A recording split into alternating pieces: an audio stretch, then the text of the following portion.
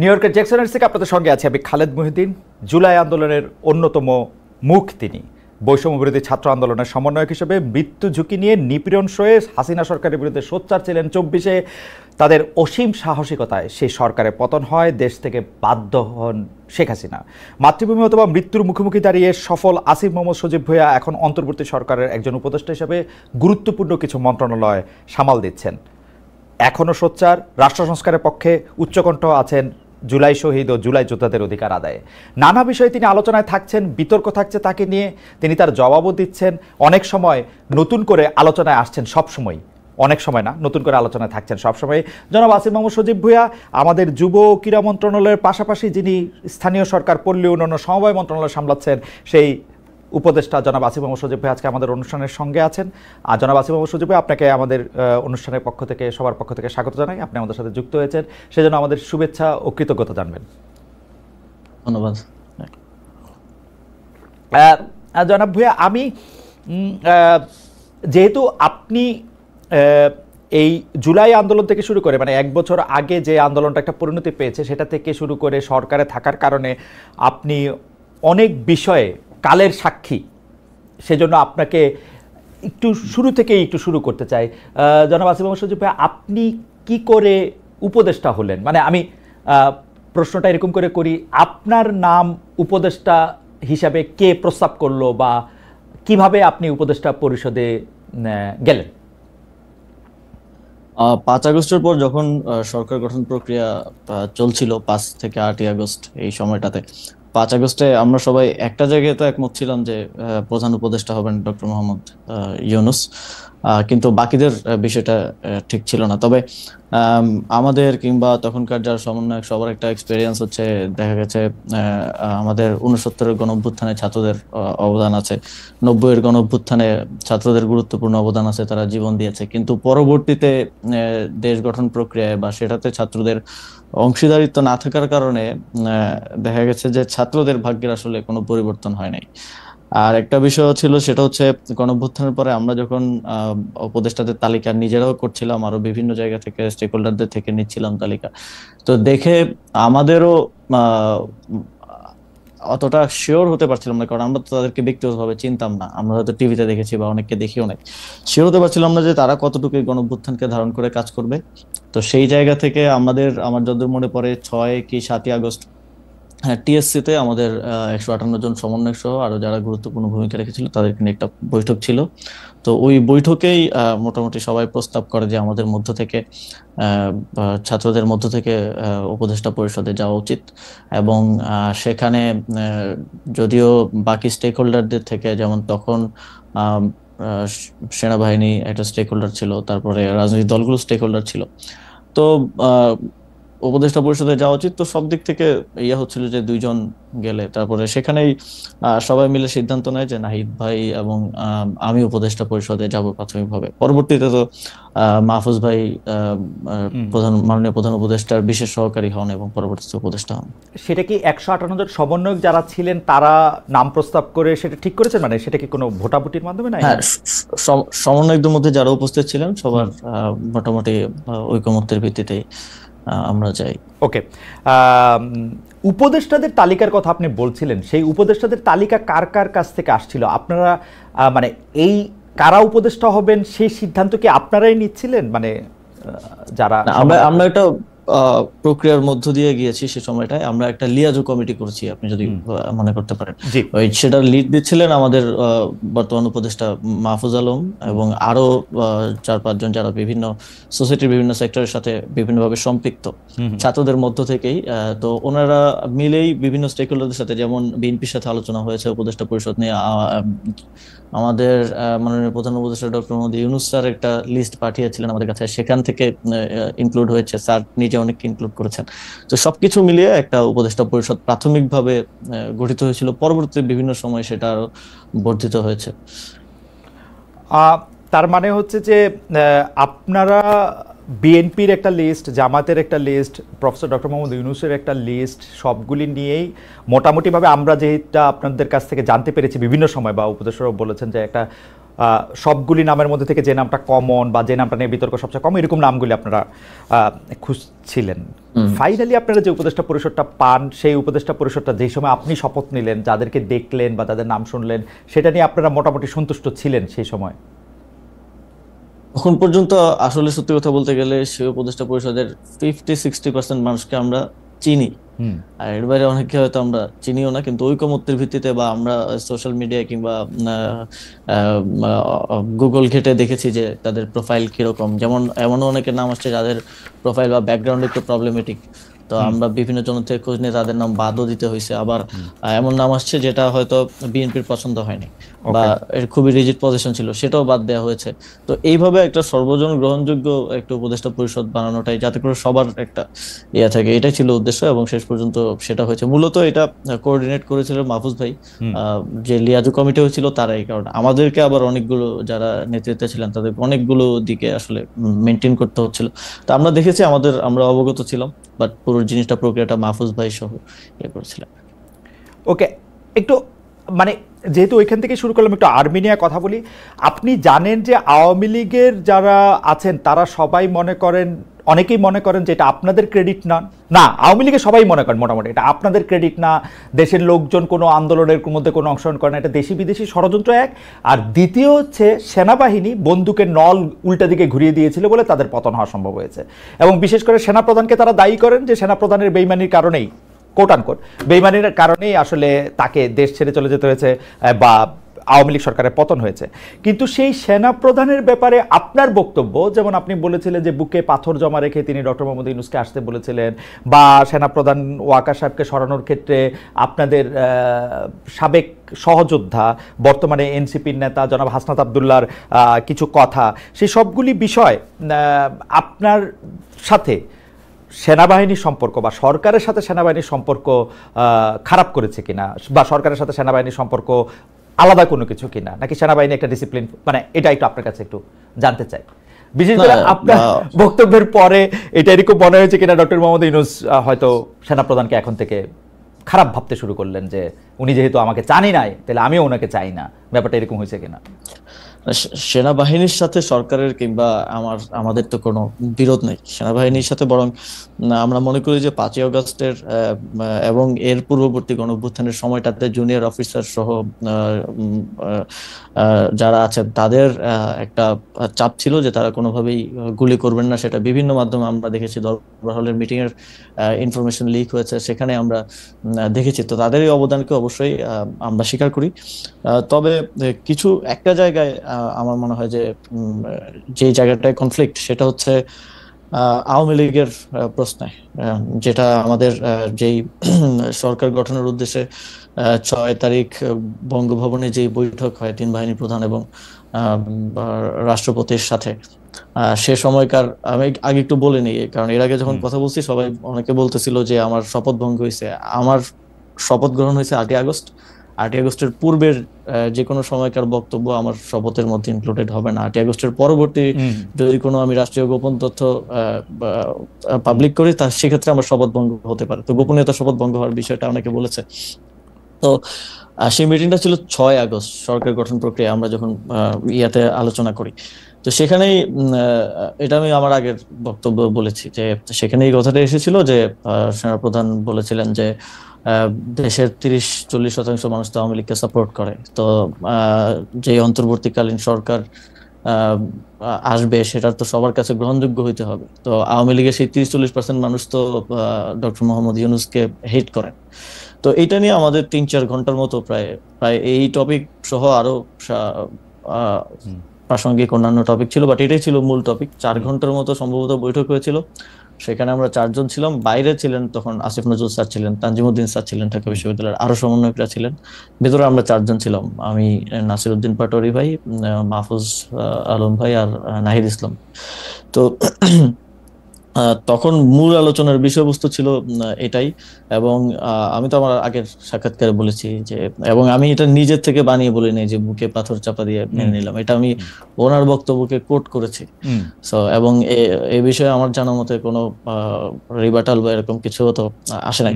তো সেই জায়গা থেকে আমার জায়গা থেকে আমার মনে হয়েছে যে আওয়ামী লীগ লীগের প্রতি সিম্প্যাথি থাকাটা এবং আওয়ামী লীগকে ফিরে আনার কিংবা নানা, যেমন এখন একটা কথা শুনতে পাওয়া যায় যে জাতীয় পার্টিকে প্রধান বিরোধী দল করার জন্য একটা তোড়জোড় চলতেছে। এই যে মেকানিজম করে যে মানুষের ম্যান্ডেট কে ইয়ে করা, ম্যানিপুলেট করার একটা প্রক্রিয়া, এবং এই যে আমি যতদূর জানি যে যারা ডামি এমপি ছিল, তারপর আওয়ামী লীগের যারা সাপোজ যাদের ইমেজ অতটা খারাপ না, তাদেরকে জাতীয় পার্টি থেকে ইলেকশন করানোর একটা পরিকল্পনা চলছে।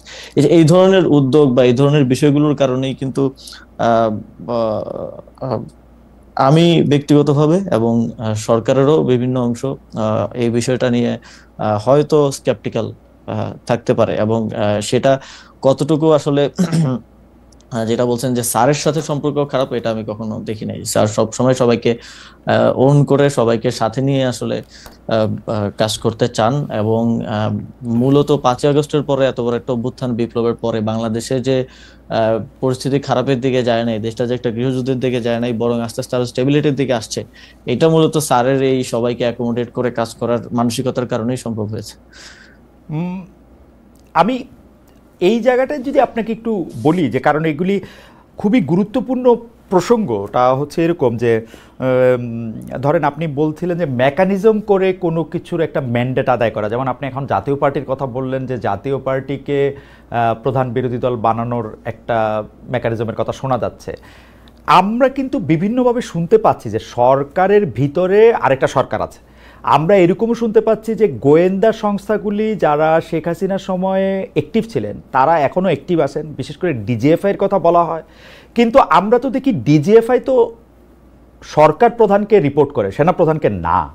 মানে ডক্টর মোহাম্মদ ইউনূসের আন্ডারে ডিজিএফআই। তাহলে এই ব্যাপারটা আসলে কেমন? মানে যদি কেউ মেকানিজমটা করে থাকেন, এটা কি আপনারা সরকার থেকে করতেছেন নাকি সামরিক বাহিনী বা অন্য কোনো একটা সরকার যাদের আমরা চিনি না তারা করতেছেন? আপনি কি এইটা একটু এখন খালেদ ভাই, অন পেপার তো অনেক কিছুই থাকে, কিন্তু বাস্তব প্রয়োগের ক্ষেত্রে সেটার বাস্তবায়ন বা সেটার প্রক্রিয়াটা অনেক সময় অনেক ভিন্ন রকম হয়ে যায়।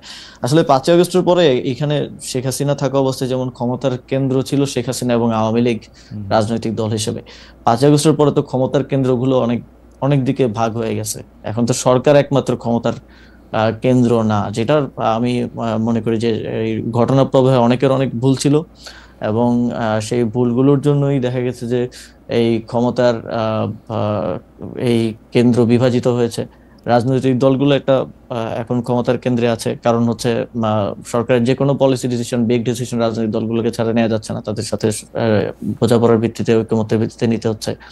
এখানে মিলিটারি একটা ক্ষমতার কেন্দ্র হয়ে উঠেছে 5ই আগস্টের পরে, যেটা 5ই আগস্টে আমাদের রাজনৈতিক দলগুলো সেই ম্যান্ডেটটা ক্যান্টনমেন্টে গিয়ে দিয়েছেন বলে আমি মনে করি। এবং এই এই কমপ্লেক্স সিচুয়েশনের কারণে যে এই যে অন পেপার যেরকম আছে যে ডিজিএফআই প্রধান উপদেষ্টাকে রিপোর্ট করবে, কিংবা যেটা যেভাবে চলা উচিত অন পেপার সেটা সেভাবে তার আসলে চলছে না। তো এই সবকিছু মিলে সরকারের ভিতরে, একটা সরকার না, সরকারের ভিতরে এটা সব সরকারের ভিতরেই থাকে, নানা ধরনের মানুষ থাকে। একটা পলিটিক্যাল গভর্নমেন্ট আসলেও তো আমরা বলি যে এখানে ভারতপন্থীরা আছে, এখানে পাকিস্তানপন্থীরা আছে, এখানে অমুক হচ্ছে আমেরিকাপন্থী। তো এই সরকারটা তো আসলে কোনো ইউনিফাইড জিনিস না, এটা তো এক জায়গা থেকে আসে নাই। এই সরকারের যদি 20 জন লোক থেকে 20 জন লোক 20টা জায়গা থেকে আসছে, তো সেই জায়গা থেকে ওই ক্ষমতার কেন্দ্রটা আসলে এক জায়গায় নাই, সেটা বিভিন্ন ইয়া থেকে মোবিলাইজ হয়। তো অন পেপার যেটা যেভাবে আছে সেটা সেভাবে চলা একটু মুশকিল এই সময়ে। আহ, আমার মনে হয় যে আপনি অনেকগুলি গুরুত্বপূর্ণ বিষয়ে আসলে যতটুকু আপনার পক্ষে বলা সম্ভব একটি সাংবিধানিক পদের থেকে সেরকমই আপনি বলছেন। কিন্তু আমাদের জন্য যদি একটু আপনি পরিষ্কার করতেন, যেমন যে রাজনৈতিক দলগুলোকে এখন আপনি ক্ষমতার কেন্দ্র বলতেছেন, সরকার অনেকগুলি সিদ্ধান্ত আসলে রাজনৈতিক দলগুলোর বাইরে নিতে পারছে না, সেনাবাহিনীকেও আপনি একটা ক্ষমতার কেন্দ্র বলছেন। আমরা কি এরকম বলতে পারি যেরকম আমরা আসলে, মানে আমার কানে যেরকম করে কথা আসে সেটা হচ্ছে যে এখন বাংলাদেশ সরকারের, অর্থাৎ আপনাদের সকল সিদ্ধান্ত নিয়ন্ত্রণ করছে বিএনপি? আমরা কি এরকমভাবে বলতে পারি যে আসলে জেনারেল ওয়াকারের পদপদবীর দিক দিয়ে তিনি আপনাদের সরকারকে রিপোর্ট করার কথা থাকলেও কাগজে কলমে অনেক ক্ষেত্রে তিনি একটি পক্ষ হয়ে বুঝছেন, আপনি কি এরকমটাই বলছেন? বা আপনি যদি এই ব্যাপারটা আরেকটু ব্যাখ্যা করতেন, যে রাজনৈতিক দল বলতে কি শুধু আপনি বিএনপিকে বোঝাচ্ছেন নাকি জামাত বা এনসিপিকেও বোঝাচ্ছেন? ক্ষমতার কেন্দ্র সামরিকায়ন বলতে কি আপনি জেনারেল ওয়াকারকে বোঝাচ্ছেন, নাকি জেনারেল ওয়াকারেরও আয়ত্তের বাইরে এরকম কোনো কিছুর কথা আপনি বলছেন, কোনো বাইরের রাষ্ট্রের কোনো? না, আমি আমি আমি এখানকার মানে ক্ষমতার কেন্দ্র বলতে নির্দিষ্ট রাজনৈতিক দল না বলে আমি এখানে পলিটিক্যাল স্টাবলিশমেন্ট যেটা আছে স্টাবলিশমেন্ট আকারে এখানে বলি। যেমন মনে করেন যে যদি উদাহরণ দেই যে স্থানীয় সরকার নির্বাচন, আমি তো স্থানীয় সরকার মন্ত্রণালয়ের দায়িত্বে। স্থানীয় সরকার নির্বাচনের সিদ্ধান্ত তো আমি নিতে পারি নাই, আমি না শুধু আমার সরকারও নিতে পারে নাই, কারণ এখানে রাজনৈতিক দলগুলোর এখন ঐকমত্য কমিশনে যে আলোচনা হয়েছে সেখানে স্থানীয় সরকার নির্বাচন নিয়ে যে আলোচনা হয়েছে সেখানে আমার জানা মতে বিএনপি এবং তাদের কয়েকটা সহযোগী দল ছাড়া বাকি সবাই স্থানীয় সরকার নির্বাচনের বিষয়ে একমত ছিল। এবং আমিও চেষ্টা করেছি যে অন্ততপক্ষে, কারণ দিন শেষে নাগরিক সেবা থেকে শুরু করে উন্নয়ন কার্যক্রম যে ব্যাহত হচ্ছে এবং মানুষ যে প্রতিনিয়ত তার একটা আইডি কার্ড বানাইতে গেলে বা একটা জন্ম নিবন্ধন, মৃত্যু নিবন্ধন, ওয়ারিশ সনদ, এই প্রত্যেকটা কাজ তো লোকাল গভর্নমেন্টে থেকে হয়, এগুলোতে যে ব্যাহত হচ্ছে এটার দায়টা তো আমার উপরে আসে যেহেতু আমি দায়িত্বে আছি। তো কিন্তু যখন সিদ্ধান্ত গ্রহণ প্রক্রিয়া এটা চলে যায় তখন তো এটা বিভিন্ন এই যে ক্ষমতার যে কেন্দ্রগুলোর কথা আমি বললাম সেখানে তো গিয়ে হচ্ছে আটকে যাচ্ছে। তো এখানে আমি কোনো নির্দিষ্ট দলের কথা না বলে পলিটিক্যাল স্টাবলিশমেন্টের কথা বলি এবং কোনো নির্দিষ্ট ব্যক্তির কথা না বলে মিলিটারি স্টাবলিশমেন্টের কথা বলি, যেটা গত 15 বছরে 16 বছরে তৈরি করে যাওয়া হয়েছে। এবং আমি মনে করি যে শুধু এই সরকার না, এই সরকার তো অপেক্ষাকৃত একটা দুর্বল সরকার হিসেবে পরিচিত, এই সরকার না, যে পরবর্তী পলিটিক্যাল গভর্নমেন্ট আসলেও তাদের এই যে আওয়ামী যে এস্টাবলিশমেন্ট বিভিন্ন জায়গায় রয়ে গেছে এইটার জন্য ভুগতে হবে, একটা দীর্ঘ সময় তাদেরকেও ভুগতে হবে এবং এইটা সেটেল করাটা খুবই টাফ জব হবে পরবর্তী যে কোনো সরকারের জন্য। আমি আবারও একটু জুলাই আন্দোলনের প্রসঙ্গে একটু আসি। আপনি জুলাই আন্দোলন নিয়ে আপনি আপনি বই লিখেছেন, কলাম লিখেছেন পত্রপত্রিকায়, কিন্তু আমরা যেটি দেখতে পাচ্ছি যে এই আন্দোলনে কার কৃতিত্ব কত বেশি সেটি নিয়ে এখন মানে কয়েকদিন পর পর নতুন নতুন করে এটি আলোচনায় আসছে। সর্বশেষ জনাব নাহিদ ইসলাম, জনাব সাদিক কাইম, মানে তিনি সমন্বয়কে ছিলেন না বা এই জাতীয় কথায় দেখা গেছে যে শিবিরের সাথেও আসলে ছাত্রদের যে দল, রাজনৈতিক দল তারা যেটি গ্রহণ করেছেন যে এনসিপির একটি দূরত্ব সৃষ্টি হয়েছে, এনসিপির দূরত্ব বিএনপির সঙ্গেও সৃষ্টি হয়েছে, এনসিপির দূরত্ব নানা কারণে জামাতের সঙ্গেও সৃষ্টি হয়েছে, এইসব মিলে এটাকে আপনি আসলে কিভাবে দেখেন? মানে জুলাই আন্দোলনের কৃতিত্ব নিয়ে বা বাটোয়ারা নিয়ে যে এই ব্যাপারটাকে আসলে আপনি কিভাবে দেখেন? অনেক সময় সরকারেরও প্রচন্ড সমালোচনা করা হচ্ছে, কোন সময় কিংস পার্টি বলে, কোন সময় এটা বলে, সেটাও যদি একটু মাথাটাকে বলেন। জি না, সবার তো হচ্ছে মানে দৃষ্টিভঙ্গি এবং লেন্স তো একরকম না। মনে করেন আমি যখন জুলাই গণ অভ্যুত্থান সংঘটিত হয় সবচেয়ে গুরুত্বপূর্ণ 10টা দিন আমি ডিটেনশনে ছিলাম। তো ওই সময়ের স্টোরিটা আমিও আরেকজন থেকে আমার শুনতে হয়েছে বা পত্রপত্রিকা বিভিন্ন জায়গায় আমার দেখতে হয়েছে। প্রথমত 19 জুলাই থেকে 24 জুলাই এবং পরবর্তীতে আবার 24 জুলাই পরে 2 দিন বেড়েছিলাম, 26 জুলাই থেকে আবার 1 আগস্ট পর্যন্ত ডিটেনশনে থাকা লাগছে। তো আমি আসলে যেভাবে দেখছি বা আমি যেভাবে সিদ্ধান্ত নিছি, সাদিক কায়েম বলেন বা নাহিদ ইসলাম বলেন বা আরো যারা আছে, আরো যেমন ছাত্রদলের রাকিব ভাই আছে, তাদের দেখার দৃষ্টিভঙ্গিটা তো এক না। মনে করেন একটা সিদ্ধান্ত, গুরুত্বপূর্ণ সিদ্ধান্ত নেওয়ার ক্ষেত্রে আমরা যারা স্টেক হোল্ডার আছে যাদের সাথে যোগাযোগ তখন হচ্ছিল, অন্তত 5-6 জনের সাথে যোগাযোগ করতাম। তো এখন মনে করেন আমি ছাত্রদলের রাকিব ভাইয়ের সাথেও যোগাযোগ করলাম, কথা বললাম যে ভাই কালকে আমি এই প্রোগ্রামটা দিতে চাচ্ছি, আমরা কালকে অসহযোগ আন্দোলনের ডাক দিতে চাচ্ছি। সাদিক ভাইয়ের সাথেও কথা বললাম যে অসহযোগ আন্দোলনের ডাক দিতে। আবার এই যোগাযোগটা কিন্তু যে আমার সাথে হচ্ছে তা না, আমার সাথেও কখনো হচ্ছে না, কখনো মাহফুজ ভাইয়ের সাথে হচ্ছে, কখনো নাহিদ ভাইয়ের সাথে হচ্ছে, বিভিন্ন স্তরে হচ্ছে। তো তখন সাদিক ভাই আমাকে একটা পরামর্শ দিল, রাকিব ভাই আমাকে একটা পরামর্শ দিল, আরো 4-5 জন আমাকে আরো তাদের মতো করে পরামর্শ দিল। এখন সাদিক ভাই যদি মনে করে যে আমি পরামর্শ দিছি বলেই এটা হইছে এবং উনি বা ওনার দল যদি এটাই বলে সব জায়গায়, তো এইটা তো হচ্ছে মনে করেন যে যাদের সোশ্যাল মিডিয়া বা মিডিয়ায় ওইরকম স্টাবলিশমেন্ট আছে, যাদের ওই সক্ষমতা আছে, ওই লোকবল আছে, তারা তো তাদের ন্যারেটিভটা স্টাবলিশ করার চেষ্টা করে। আবার রাকিব ভাই একটা ন্যারেটিভ দিবেন, রাকিব ভাই বলবে না আমি দিছিলাম পরামর্শটা এই জন্য এটা হয়েছে। তো এই যে লেন্সটা তো এক এক দিক থেকে একরকম। অনেকে আছে, আরো অনেকে আছে যাদের সাথে আমাদের যোগাযোগ, তারা এটা বলেও না যে এই পরামর্শটা আমি দিছিলাম ওইটা। তো এই যে এখানে কানেক্টিং পয়েন্টটা সেন্ট্রালে আমরা ছিলাম, তো এই যে লেন্সটা ভিন্ন ভিন্ন এবং সবার অভিজ্ঞতাটা তো ভিন্ন ভিন্ন, তো সবাই তার অভিজ্ঞতাটাকে এস্টাবলিশ করার যে একটা প্রতিযোগিতা, এটার মধ্যেই নানা ডিস্টরশন, কেউ একটু বাড়িয়ে বলা কমিয়ে বলা এইসব নিয়েই হচ্ছে এই বিতর্কটা আর কি, এইভাবেই আমি দেখি। আসিফ, একটা কথা একটু স্পষ্ট করে আমি একটু বলি যে আপনাদেরকে তো আমরা আসলে খেয়াল করছি জুলাই 2024 থেকে খেয়াল করছি যে অনেকেই বলে থাকেন, এবং এটা আমি বিভিন্ন সময় বিভিন্ন প্রমাণও পেয়েছি যে সবচেয়ে বেশি সূক্ষ্মভাবে জিনিসগুলি বিবেচনা করতে পারেন আপনি, দ্রুত আপনি এটা বিবেচনা করতে পারেন এবং আপনার একটা মত থাকে। আপনি কি খেয়াল করতেন যে ধরেন আব্দুল কাদেরের যে ফেসবুকের যে স্ট্যাটাস পরপর যেগুলি দেওয়া হলো শিবিরের পক্ষ থেকে বা সাদিক কায়েম সাহেবের অনুসারীদের পক্ষ থেকে এগুলির যেটা জবাব দেওয়া হলো, পরবর্তী প্রেক্ষিতে নাহিদ সাহেব যেগুলির আবার জবাব দিলেন, আবার ধরেন 5 আগস্টের স্মরণের অনুষ্ঠানে আপনাদের গুরুত্বপূর্ণ নেতারা যেভাবে কক্সবাজার গেলেন,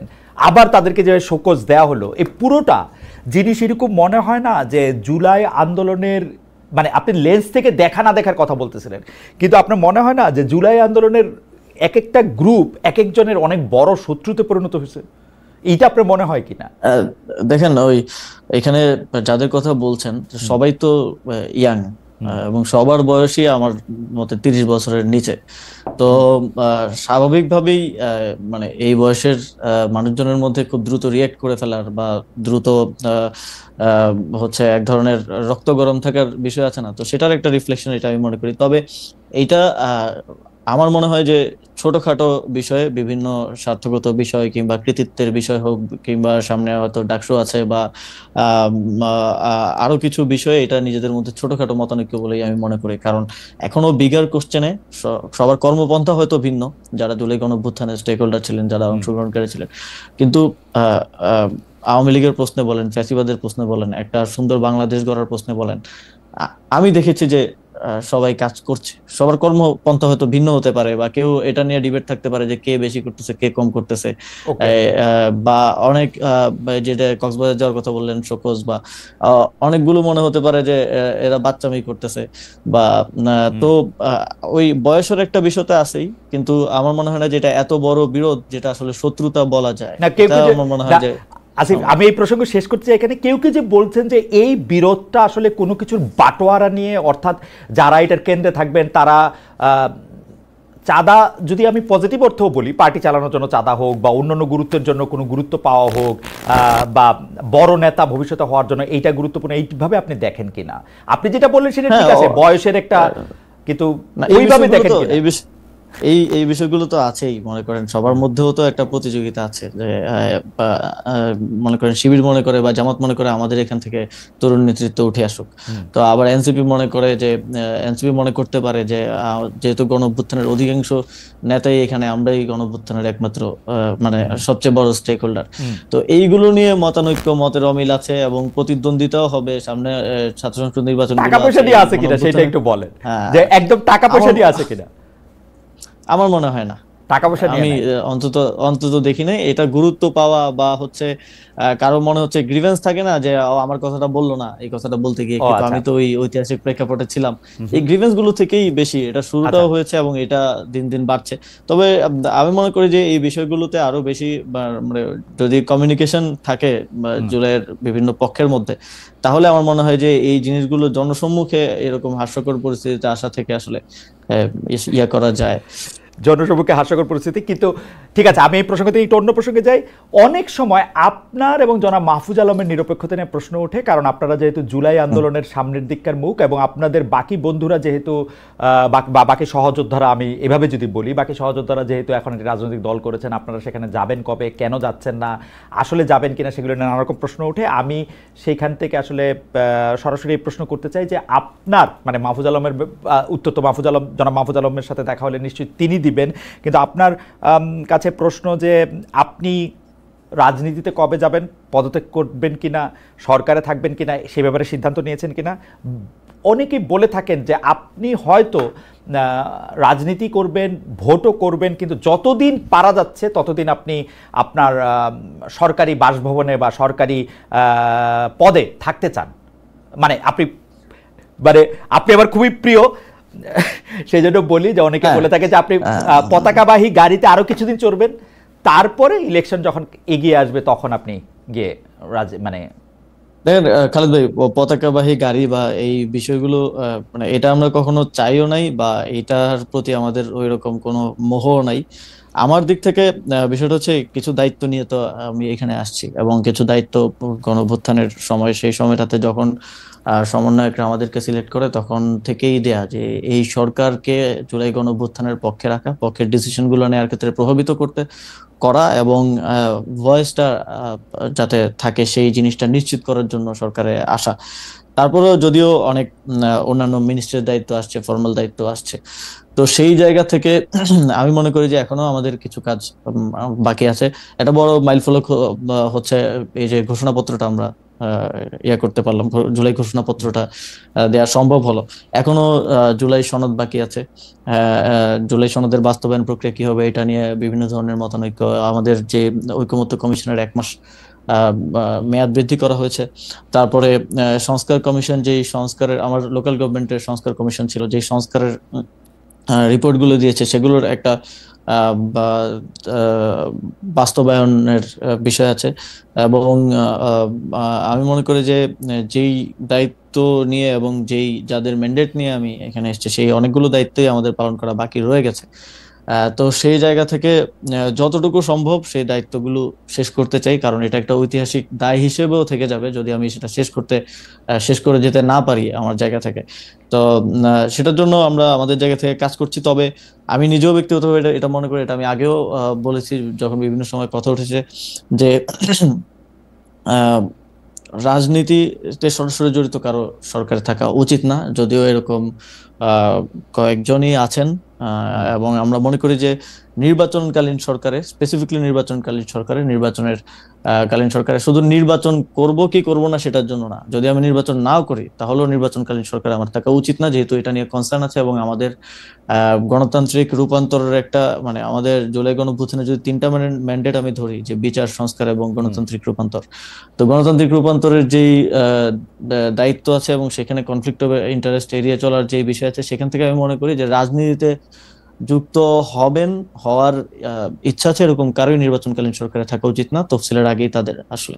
এটা আমি, মাহফুজ আলম, আরো যদি কেউ থাকেন সরকারে, আরো যারা আছেন, সবারই নির্বাচনকালীন সরকারে থাকা উচিত না। কারণ আমাদের মাননীয় প্রধান উপদেষ্টা বারবারই বলছেন যে আমরা একটা বেস্ট ইলেকশন আসলে জাতিকে উপহার দিতে চাই। তো সেই জায়গায় কোনো কোশ্চেন এবং কনফ্লিক্ট অফ ইন্টারেস্টের জায়গা যাতে না থাকে, এটা নিশ্চিত করাটা আমি নিজের দায়িত্ব বলেও মনে করি। ওকে, তাহলে এখানে আবার দুইটা প্রশ্ন আছে। তার আগে শুধু এইটাই, এই লাইনে জেনে নিতে যে আপনি বলতেছেন যার রাজনীতি করার ইচ্ছা আছে বা যারা রাজনীতি থাকবেন তিনি নির্বাচন করুক আর না করুক, নির্বাচনকালীন সরকারে থাকা উচিত। আপনার কি রাজনীতি করার ইচ্ছা আছে? অর্থাৎ আমি বলতে চাইতেছি যে আপনি কি নির্বাচনকালীন সরকারে থাকছেন কি থাকছেন না? আমি তো ভাই 2018 সাল থেকে রাজনীতির সাথে যুক্ত। আমি তো অলরেডি রাজনীতিতে, এবং আমি নির্বাচনকালীন সরকারে থাকছি না অবশ্যই। নির্বাচনকালীন সরকার আপনি থাকছেন না। এখানে একটু আপনার কথা ধরে একটু বলি যে আপনি জুলাই ঘোষণাপত্রের কথা বলছিলেন, আপনি সংস্কার কমিশনগুলি, জাতীয় ঐক্যমত্য কমিশন নিয়ে আপনি বলছিলেন, কিন্তু অ্যাপারেন্টলি জুলাই ঘোষণাপত্র আপনারা যেটা দিলেন, যেটা দেওয়ার কথা সরকার যেটা দিল, সেটা নিয়ে আপনার বন্ধুরাই অর্থাৎ এনসিপি এটা নিয়ে আসলে খুব খুশি না। জামায়াতে ইসলামীও এটাতে আসলে তার ইয়ে প্রকাশ করেছে। অন্যান্য রাজনীতিগুলো অ্যাপারেন্টলি বিএনপি শুধু এটাকে পছন্দ করেছে। অনেকে এইটাও বলছেন যে বিএনপির ডিকটেশনে এই জুলাই ঘোষণাপত্র তৈরি হয়েছে। আমি যদি বিটিভির ফ্রেমিংয়ের কথা বলি, বিটিভির ফ্রেমিংয়েও বারবার ডক্টর ইউনূসের সাথে সবচেয়ে প্রমিনেন্ট করে মির্জা ফখরুল ইসলাম আলমগীর, অর্থাৎ যিনি বিএনপির নেতা হিসেবে সেখানে গিয়েছেন, তাকে দেখানো হচ্ছিল।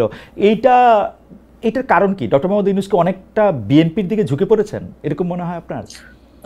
এই রাজনৈতিক বিষয়ে বোধহয় আমার মন্তব্য করাটা ঠিক হবে না। তবে আমি যতদূর জানি, জুলাই যে ঘোষণাপত্রটা হয়েছে, সেই ঘোষণাপত্রটা মেইনলি গত 6-7 মাস ধরে এটা নিয়ে কনসালটেশন চলছে। অনেকগুলো দলই তাদের প্রস্তাবনা দিয়েছে, কিন্তু প্রস্তাবনা নিয়ে অনেক দলের সাথে হয়তো ফিডব্যাক বা পরবর্তী আলোচনা হয় নাই, ফলো আপটা হয় নাই। বাট প্রধান 3 দলের সাথে আলোচনা হয়েছে বলে আমি জানি, বিএনপি, জামাত এবং এনসিপির সাথে। উপদেষ্টা পরিষদের কয়েকজন সদস্য ওনাদের সাথে বসেছেন, আলোচনা করেছেন, এবং ব্রডলি একটা ঐকমত্যে এসে এই পেপারটা দেওয়া হয়েছে। তবে মানে আমি যদি বলি যে রাজনৈতিক দলগুলোকে একটা সিঙ্গেল সেন্টেন্স যদি লিখতে বলি, সবাই তো ভিন্ন ভিন্ন লিখবে। তো এত বড় একটা পেপার তো 100% ঐকমত্যের ভিত্তিতে আসা সম্ভব না। যতদূর আমি জানি যে 10 to 15% ঐকমত্য ছিল না, যেটা পরবর্তীতে সরকার সেগুলোর বিষয়ে সিদ্ধান্ত নিয়েছে। তবে মনে করেন 5ই আগস্ট 2024 সালের 5ই আগস্ট যদি আমরা একটা ঘোষণাপত্র বা প্রোক্লেমেশন দেওয়ার মতো বাস্তবতায় থাকতাম বা দিতে পারতাম, সেটার ক্ষেত্রে তো আমাদের কারোর সাথে কথা বলা প্রয়োজন হতো না। কিন্তু যেহেতু পরবর্তীতে সিদ্ধান্ত হয়েছে, সরকার দায়িত্ব নিয়েছে যে রাজনৈতিক দলগুলোর সাথে ঐকমত্যের ভিত্তিতে এটা দেয়া হবে, এবং এটার সাংবিধানিক স্বীকৃতি পরবর্তী নির্বাচিত সরকারের স্বীকৃতির একটা ব্যাপারও আছে। তো সেই জায়গা থেকে ওই ঐকমত্যটা প্রয়োজন হয়েছে, এবং সেখানে আমি মনে করি যে সেখানে ছাত্রদের পক্ষ থেকেও কিছু কম্প্রোমাইজ করতে হয়েছে, বিএনপির পক্ষ থেকেও কিছু ছাড় দিতে হয়েছে। সবার ছাড় দেওয়ার জায়গা থেকে একটা মোটামুটি অ্যাগ্রিড ডকুমেন্টে শেষ পর্যন্ত আসা হয়েছে। তবে আমি মনে করি যে ইয়ার ক্ষেত্রে জুলাই গণঅভ্যুত্থানের রাষ্ট্রীয় এবং সাংবিধানিক স্বীকৃতি পাওয়াটা একটা বড় বিষয়, এবং এই ঘোষণাপত্রটি অপরিহার্য ছিল। এবং এইটা এর বিষয়ে অনেকের অনেক মত দ্বিমত থাকতে পারে, তবে এটা যে অপরিহার্য ছিল এই বিষয়ে কারোর আসলে কোনো দ্বিমত থাকার কথা না। ওকে, জুলাই ঘোষণাপত্র বা রাজনীতি নিয়ে আমরা একটু আবার পরে যদি সুযোগ হয় তাহলে আপনার সাথে কথা বলবো। একটু আপনার উপদেষ্টা বা মন্ত্রী হিসাবে আপনার দায়িত্ব পালনকালীন সময়কার কথা বলি। প্রথম মানে কিছু অভিযোগও বলি না আসিফ, যেমন ধরেন মন্ত্রী হিসাবে, মানে আসলে উপদেষ্টা তো মন্ত্রীর পদমর্যাদা সমান, আপনি যেসব সরকারি নিরাপত্তা থাকে তার সবই আপনি পাচ্ছেন, তারপরও আপনি আগ্নেয়াস্ত্রের লাইসেন্স নিয়েছেন, সেটি মানে ঠিকই আছে, সরকারি পদবীর যোগ্যতা বলে তাই আপনি নিয়েছেন, কিন্তু মন্ত্রীর যে নিরাপত্তা ব্যবস্থা তার সেই সময় আপনি ভরসা রাখতে পারেননি, ভুলে আপনি রাখতে পারেননি বলেই তো আপনি আগ্নেয়াস্ত্রের লাইসেন্স নিয়েছেন। তো সেইটা আবার ভুল করে ম্যাগাজিন বিদেশে নিয়ে গেছেন। আমার প্রশ্ন সেখানেও না, আমার প্রশ্ন হচ্ছে আপনি একটা ফেসবুক পোস্টে এরকম দিয়েছিলেন যে রাষ্ট্রীয় গুরুত্বপূর্ণ তথ্য বা ভিডিও বিদেশে কেন সাংবাদিকদের কাছে গেল বা সাংবাদিকদের কাছে গেলে এটা নিয়ে আপনি প্রশ্ন তুলেছেন। আপনার কাছে কি মনে হয় এই প্রশ্ন তোলাটা ঠিক আছে? মানে আমরা না, মানে যে কোনো সাংবাদিকই যে কোনো জায়গায় তো যে কোনো তথ্য পেতে পারেন। আপনি ওইটা আপনার কাছে একটা বড় বিষয় কেন মনে হলো যে বিমানবন্দর থেকে এই ভিডিওটা যেখানে গেছে আপনি সেটা ব্যাখ্যা দিয়েছেন, কিন্তু এটা ভুল করে গেছে, তারপরে এটা কিভাবে সেটা চলে গেছে সেটার ব্যাখ্যা আপনি দিয়েছেন, কিন্তু আপনি ভিডিওটা কেমনে গেল সেইটার ব্যাপারে আপনি কেন দৃষ্টি দিলেন? প্রথমত কারেকশন হচ্ছে ওই ইয়াটা ম্যাগাজিন বিদেশে যায়নি, বাংলাদেশের না, আমি বিদেশে যাইছি এটা বলি নাই, বাংলাদেশে এয়ারপোর্টে ধরা পড়ছে। ঠিক আছে, হ্যাঁ হ্যাঁ হ্যাঁ, সেটা স্ক্যানিং এ এসেছে। তো এটা আসলে ওই সেদিন আমি একদম ভোরে আমার নিজের ব্যাগ তো নিজেরই গুছাতে হয়, তো গুছাতে হচ্ছিল, যে কারণে আমি ইয়াটা পিস্তলটা বাইরে রাখলেও ম্যাগাজিনটা আসলে রাখতে ভুলে গেছিলাম বাইরে, তো সেটা চলে গিয়েছিল ভুলবশত। এটা আনইনটেনশনাল ছিল, কারণ ম্যাগাজিন দিয়ে আমি আসলে কি অ্যাচিভ করব, বাট এটা একটা ভুল তো অবশ্যই ছিল। তবে দেখেন খালেদ ভাই, যে আমাদের এয়ারপোর্ট তো একটা গুরুত্বপূর্ণ এবং সিকিউরড একটা জায়গা। এয়ারপোর্টের একদম বোর্ডিং এর জায়গাটা, সেটা আমি মানে ইভেন আমি ট্রানজিটে ইস্তাম্বুল নামার কথা, ইস্তাম্বুল নামার আগে আগে ইস্তাম্বুল নেমেই আমি দেখলাম যে সেটা সোশ্যাল মিডিয়ায় চলে আসছে। তো মানে এটা আমি একটা জায়গায় পয়েন্ট করতে চাইছি যে আসলে আপনি আমি উপদেষ্টা থাকা অবস্থাতেও সার্ভেইলেন্সের মানে মানে আমি তো আপনাকে প্রথমেই বললাম যে ক্ষমতার কেন্দ্রগুলো তো বিভিন্ন জায়গায়। আমি উপদেষ্টা থাকা অবস্থায় আমার প্রতি যে ধরনের সার্ভেইলেন্স করা হয়, এবং মানে সরকারের দায়িত্ব থেকে রাষ্ট্রের সার্ভেইলেন্সের না, আমি একটু জানতে চাই এই সার্ভেইলেন্সটা কি আপনার আনন্দ দেয় না? মানে প্রায় একই রকম সার্ভেইলেন্সে মার্কিন রাষ্ট্রপতিও থাকেন, মানে যারা যত বেশি গুরুত্বপূর্ণ তারা তত বেশি সার্ভেইলেন্সে থাকেন। আপনি তো আর চুরি করতেছেন না, আপনি তো আর ডাকাতি করতেছেন না, আপনি সার্ভেইলেন্সে থাকলে কি অসুবিধা? না, সার্ভেইলেন্স থাকলে তো অসুবিধা না, কিন্তু এটাকে তো আপনার নেগেটিভলি ফ্রেমিং, মনে করেন আমি কোথাও একটা খেতে গেলাম, হ্যাঁ, তো এটা তো আমার জন্য একটা দৈনন্দিন জিনিস, এবং আমি তো খাইতে যাইতেই পারি, এই স্বাধীনতা তো আমার থাকা উচিত, কিন্তু এইটাকেও তো ভিন্ন ভাবে ফ্রেমিং করা। আমি কয়েকদিন আগে একটা ইয়াতে একটা পোস্ট দেখলাম যে আমি এক জায়গায় বসে আমরা মানে 4-5 জন খাইতেছি, তো একটা একটা গুমনাম পেজ, বাট ওটা আমাকে নিয়ে পোস্ট দেওয়ার কারণে ওই পোস্টটা ভালো রিচ হয়েছিল। তো ওইখানে না কিন্তু আপনার না, হচ্ছে আপনি খাইতে গেছিলেন তো হচ্ছে আপনার ওই বন্ধুদের সাথে যারা এখন এনসিপি নামক রাজনৈতিক দলটার সাথে না না সম্পৃক্ত। না না, ওরা ওরা ওইটা এনসিপির ওইটা সাথে না, না, ওরা ওইটা না। ওরা ওই ইয়াতে ওরা ছাত্র অধিকার পরিষদ আমার সাথে ছিল, পরবর্তীতে ওরা বাকচাষের সাথে, বাকচাষের এখন আচ্ছা ছাত্র আচ্ছা, রাজনীতির সাথে গণতান্ত্রিক ছাত্র সম্পৃক্ত। সংসদের হ্যাঁ সাথে, হ্যাঁ গণতান্ত্রিক হ্যাঁ। ছাত্র সংসদের তো সাথে। মানে ওইখানে টেবিলের মধ্যে শুধু পানির বোতল ছিল, কিন্তু ওই পোস্টে উল্লেখ করা হয়েছে যে আসিফ মাহমুদ হচ্ছে মদ খেয়ে, আসিফ মাহমুদের সহযোগীরা সহ মদ খেয়ে মাতাল হয়। তো এটা যে ফ্রেমিং করাটা হচ্ছে, যে সার্ভেলেন্স করে এটাকে ফ্রেমিং করা, তো এইটা তো প্রবলেমেটিক, এবং এটা এক ধরনের পারসেপশন তৈরি করে। প্রত্যেকটা জিনিস তো আপনি বা আমি বসে বসে উত্তর দিতে পারবো না। হুম। না আপনার কাছে কি এটা মনে হয় না যে ধরেন আপনি বাংলাদেশে, মানে আমি সাংবাদিকতা করি বলে আমি দেখি যে বাংলাদেশে যে কয়জন একজন তারকা আছেন, আপনারা তার মধ্যে, আপনি তার মধ্যে সবচেয়ে বড় তারকাদের একজন এখন, সেটা জুলাই আন্দোলনের জন্য হোক, পরে আবার সরকারে যাওয়ার কারণে হোক, সেজন্য এই ধরনের ইয়া তো থাকারই কথা। কিন্তু আপনার ইঙ্গিতে কি এইটা ছিল যে এই সার্ভেলেন্সটা সরকারের ভিতরে যে অনেকগুলি কেন্দ্র বা সরকার তাদের কেউ করতেছে? আমি আরো সরাসরি বলি, এটা কি কোনো গোয়েন্দা সংস্থাকে আপনি ইঙ্গিত করেছিলেন? হ্যাঁ, আমি আমি এর আগেও বলছি যে কিছু রিপোর্টের ব্যাপারে আমি একটা সংবাদ সম্মেলনে বলতে গিয়ে বলছিলাম যে আমাকে হাউস থেকে যোগাযোগ করে বলা হয়েছে যে এইটা তো আমাদেরকে চাপ দিছে করার জন্য, এবং এটা টেক্সটটা হুবহু আমি হাউসে ফোন করে জিজ্ঞেস করছিলাম যে আপনারা যে একটা নাম্বার লিখলেন এখানে, এটা কিসের রেফারেন্সে লিখছেন? আপনাদের ইয়াতে তো, রিপোর্টে তো লেখা জানা গেছে, জনশ্রুতি আছে, এই কিসের রেফারেন্স আপনারা লিখলেন? তখন বললো এটা আমাদেরকে একটা গোয়েন্দা সংস্থা থেকে দিয়ে চাপ দেওয়া হয়েছে এটা রিপোর্ট করার জন্য। তো এই যে এটা তো সরাসরি আছে, আমি সরাসরি কয়েকবার বিভিন্ন জায়গায় বলছি, এবং এটাকে এই মানে আমরা এমন একটা কমপ্লেক্স সিচুয়েশনের মধ্যে আছি যেখানে আসলে আমার কোনো প্রতিষ্ঠানও আমার বিরুদ্ধে আসলে কাজ করছে কিনা এটাও আসলে বোঝা অনেক সময় মুশকিল হয়ে যায় আর কি।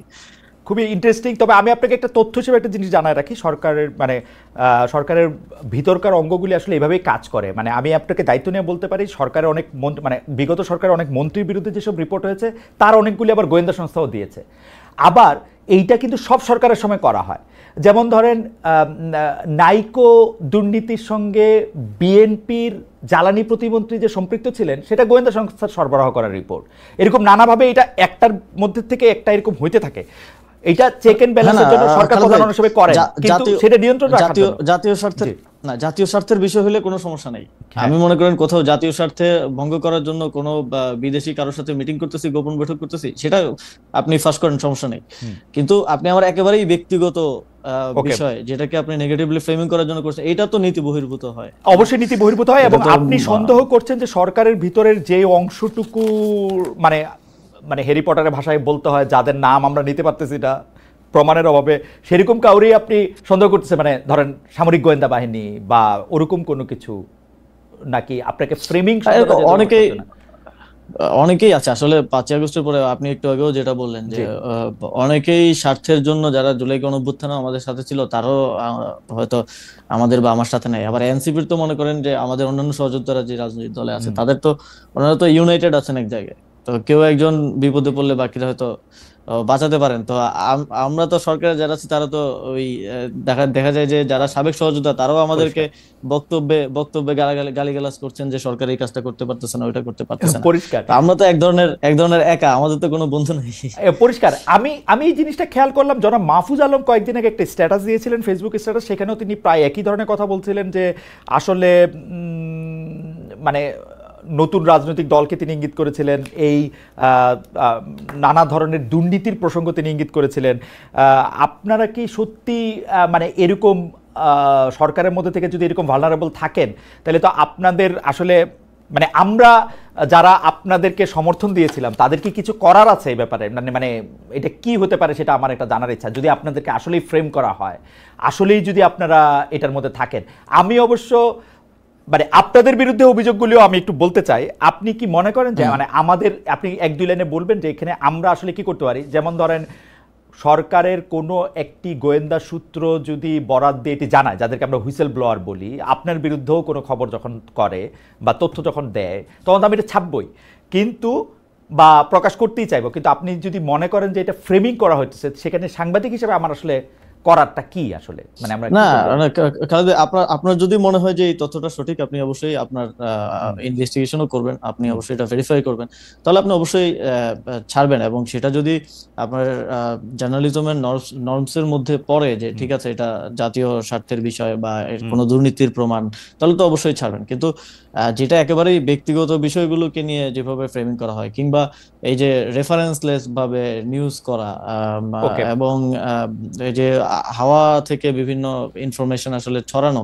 যেটা হচ্ছে আপনার কাছে হয়তো টিভি চ্যানেল আছে বা আপনার কাছে সেই সক্ষমতা আছে, সেই এস্টাবলিশমেন্ট আছে বলেই যে সেটা করবেন, এটা তো অনুচিত। যেমন মনে করেন যদি বাংলা ভিশনের লাস্ট যে রিপোর্টটা আমাকে নিয়ে, বিশেষ করে আমার বাবাকে নিয়ে করা হলো, এটার বিষয়ে যদি আমি বলি যে আপনিও তো দেখছেন, আপনি একজন জার্নালিস্ট হিসেবে আমি ওটা আমি আসলে এটার দেখছেন। প্রসঙ্গে আমি এটার হ্যাঁ। প্রসঙ্গে আলাদা করে আসবো, কারণ এই ব্যাপারগুলি আপনি আসলে বাংলা ভিশন, ইশরাক আহমেদ, তার মালিক, তার নানা রকম বিষয়ে জড়িয়ে গেছে, সেটা আমি একটু ধারাবাহিকভাবে আসি, এটা আপনি একটু রাখুক, এখানে থাকুক, কারণ আমি এটাতে আপনাকে প্রশ্নই করতে চাই। আমাদের অনেক দর্শক আপনি আসবেন শুনে এইসব প্রশ্নগুলি আমাকে করতে বলেছেন, আমি এই প্রশ্নগুলি করবো আপনার বাবাকে নিয়ে, আপনার এপিএস হ্যান ত্যান এগুলি নিয়ে, এগুলি আমি করবো। কিন্তু আমি একটু আসি, আমার কাছে এর আগে যেটি জানার দরকার, গোপালগঞ্জে যেদিন এনসিপির কেন্দ্রীয় নেতারা আক্রান্ত হলেন, সেদিন আপনি ঢাকার পুলিশ কন্ট্রোল রুমে বসেছিলেন স্বরাষ্ট্র উপদেষ্টার সঙ্গে, এবং সেটার ফেসবুক পোস্টে আমরা এটা ছবিও দেখেছি।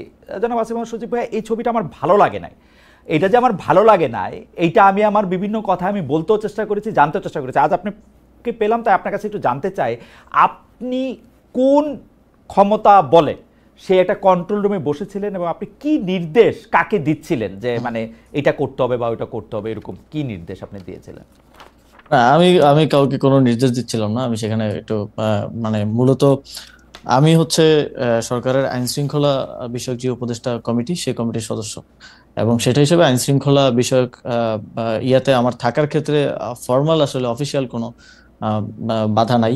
এবং সেখানে ওই সময়টা তো খুব ক্রাইসিস সিচুয়েশন যাচ্ছিল, সেখানে যে কোনো ধরনের দুর্ঘটনা ঘটতে পারতো। তো সেই জায়গা থেকে সরকারের কন্ট্রোল রুমে আইন আমাকে শৃঙ্খলা, আমি একটু একটু একটু করে শুনে শুনে আসি, সরকারের আইন শৃঙ্খলা বিষয়ক কমিটিতে আর কে আছে? মানে স্বরাষ্ট্র উপদেষ্টা আপনি, আর কোন উপদেষ্টা কে আছেন?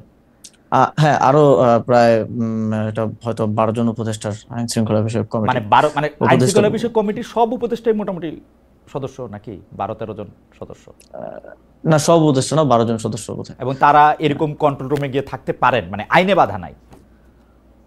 না, ফর্মালি তো এতে কোনো আসলে বাধা নাই। আমি তো সরাসরি কোনো নির্দেশনাও দিচ্ছিলাম না, যেটা স্বরাষ্ট্র উপদেষ্টা নির্দেশনা দিচ্ছিলেন, আমি সেখানে কোঅর্ডিনেশন করার চেষ্টা করছিলাম। যেমন মনে করেন এই যে পুলিশ পাঠানো হবে, কিন্তু পদ্মা সেতুর সামনে বৈষম্য বিরোধী ছাত্র আন্দোলনের লোকজন অবরোধ করে রাখছে, পুলিশ যেতে পারছে না।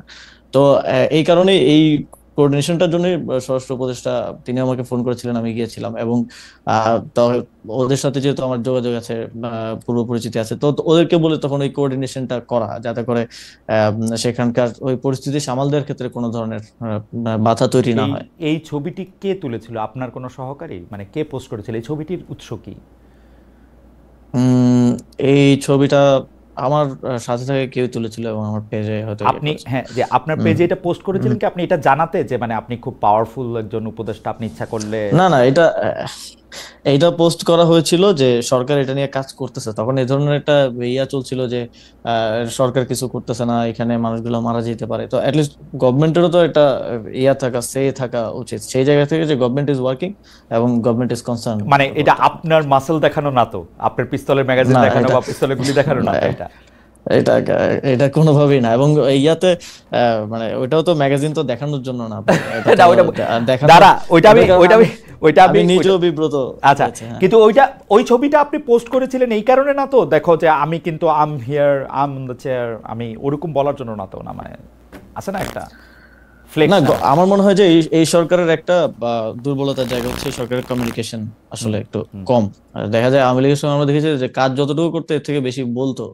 তো এই সরকারের কমিউনিকেশনটা এই সরকারের একটা বড় দুর্বলতা, যে অনেক কাজ হচ্ছে কিন্তু সেগুলোর কমিউনিকেশন হচ্ছে না, যেন মানুষ ভাবতেছে যে আমার কাছে তো গভর্নমেন্ট কোনো কাজ করতেছে না। আমার কাছে তো মনে হয় যে আমাদের প্রেস সচিব, আমাদের সিনিয়র সাংবাদিক শফিক ভাই বেশ ভালোই করছেন সরকার যতটুকু করছে তার চেয়ে? হ্যাঁ, হ্যাঁ, শফিক ভাই তো করছেন। শফিক ভাই তো মাননীয় প্রধান উপদেষ্টার প্রেস সচিব। সরকারে তো আরো 22-24 জন উপদেষ্টা আছেন, উপদেষ্টার বিশেষ সহকারীগণ আছেন। আপনি কয়জনকে আসলে মিডিয়াতে দেখেন?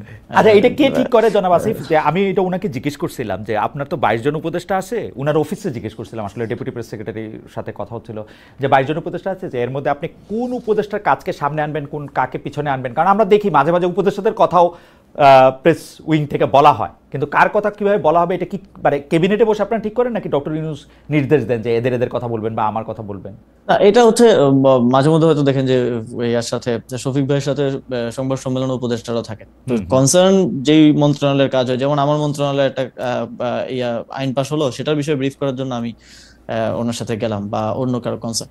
তবে আমি দেখেছি যে উপদেষ্টার মধ্যে বেশিরভাগের মধ্যেই একটা মানে প্রচার বিমুখতা আছে, এবং স্বাভাবিকও। ওনারা তো আর পলিটিক্স করা বা ওনারা তো সামনে আসার যে পলিটিক্যাল গভর্নমেন্টের মধ্যে যে ড্রাইভটা থাকে, যে আমি কাজ করছি এটা দেখাইতে হবে, এই যে একটা দায়ের জায়গা থাকে, তো এইটা তো ওনাদের নাই। সেই জায়গা থেকে কমিউনিকেশন গ্যাপ আছে। তো সেই জায়গা থেকেও মাঝে মধ্যে দেখা যায় যে মাঝে মধ্যে আমি চেষ্টা করি যে কমিউনিকেট করার, কারণ দেখা যায় যে এখন রিয়াকশনটা খুব দ্রুত হয়। এখন আওয়ামী লীগের আমলের মতো না, কিছু একটা ঘটলেই দেখা যায় যারা কনসার্ন আছে, এখন নাগরিকদের মধ্যে সচেতনতা বৃদ্ধি হয়েছে, স্টুডেন্টদের মধ্যে সচেতনতা বৃদ্ধি হয়েছে, খুব দ্রুত দেখবেন যে মাঠে নেমে চলে আসছে। তো ঠিকমতো কমিউনিকেশন না হওয়াটাও এই রিয়াকশনের একটা বড় কারণ বলে আমি মনে করি। তো এইগুলো ম্যানেজ করার জন্য আমার মনে হয় যে কমিউনিকেশনটা প্রয়োজন, সেই জায়গা থেকেই সেই বিষয়টা পোস্ট করা। ওকে, আমি আইন উপদেষ্টা ডক্টর আসিফ নজরুল আমাদের অনুষ্ঠানে এসেছিলেন, তখন তিনি আমার একটি প্রশ্নের জবাবে বলেছিলেন যে চট্টগ্রামের মেয়র শাহাদাত সাহেব কেন মেয়রের দায়িত্ব পেলেন, দক্ষিণ ঢাকার ইশাক সাহেব কেন পেলেন না? তখন তিনি আমার মানে প্রশ্নের পর প্রশ্নের জবাবে তিনি বলেছিলেন যে এইটা চট্টগ্রামের ক্ষেত্রে সেই সময়কার যে স্থানীয় সরকার উপদেষ্টা ছিলেন জনাব এফ হাসান আরিফ, তার কারণেই চট্টগ্রাম সিটিতে মেয়র হিসেবে দায়িত্ব পান, কারণ তিনি একটি লিনিয়েন্ট ভিউ নিয়েছিলেন তার মেয়র পদে বসার ক্ষেত্রে, যেটা জনাব আসিফ নেন নাই। সেই জন্য ব্যাপারটার ক্ষেত্রে তিনি এটার মধ্যে সিদ্ধান্ত দিতে চান নাই। সার্বিকভাবে বিএনপির সিনিয়র নেতারা কিন্তু অভিযোগ করেন যে আপনি গায়ের জোরে আসলে জনাব ইশাককে বসতে দেন নাই। তো আপনি কি মনে করেন যে সপ্তাহ 10 দিন বা 15 দিনের জন্য জনাব ইশাক মেয়র হলে সেটা কি মানে আপনি এটাকে পার্সোনালি নিয়েছেন কিনা বা নিয়েছেন কিনা, মানে এটা আপনার গায়ের জোরের ব্যাপারটা যেটা আসছে? হ্যাঁ, প্রথমত খালেদ ভাই, পার্সোনালি নেওয়ার তো এখানে সুযোগ নাই। এখানে এই ধরনের জনগুরুত্বপূর্ণ ইস্যুর সিদ্ধান্ত সরকার সর্বোচ্চ পর্যায় থেকেই আসে, এবং এইখানে পার্সোনালি কোনো ডিসিশন নিয়ে তো আমি মানে নিজে ঝুঁকি নিতে চাইবো না। তো এই বিষয়ে সিদ্ধান্ত উপদেষ্টা পরিষদ এবং ফর্মালি ইনফর্মালি উপদেষ্টা পরিষদ থেকেই মানে হয়েছে, এবং তখন আইনি জটিলতা ছিল অনেকগুলো, যেটা আপনিও জানেন। এবং তখন এই যেহেতু আমি এই মন্ত্রণালয়ের দায়িত্ব অন্য যে কেউ থাকলে তাকেও উপদেষ্টা পরিষদের সিদ্ধান্তই বাস্তবায়ন করতে হতো। এবং আপনি যদি ইশরাক ভাইয়েরও লাস্ট দু একটা প্রেস ব্রিফিং এ উনি নিজেও বলেছেন যে এটা উপদেষ্টা পরিষদের সিদ্ধান্ত, ডক্টর মোহাম্মদ ইউনূসকে ভুল বোঝানো হয়েছে, উপদেষ্টা পরিষদ ভুল বুঝাইছে। তো উনি কিন্তু নিজেও বলেছেন। তো সেই জায়গায় আমার একক স্বেচ্ছাচারী ভাবে এই ডিসিশন নেওয়ার আসলে না, ইয়াটা কোথায় আসে মানে শাহাদাত যখন মেয়র হন তখন হাসান আরিফ ছিলেন, ইশরাক যখন মেয়র হতে পারেন নাই তখন আসিফ সাহেব ছিলেন। সেই জন্য মনে হয় যে এখানে আসিফ সাহেব কোনো কিছু করেছেন কিনা।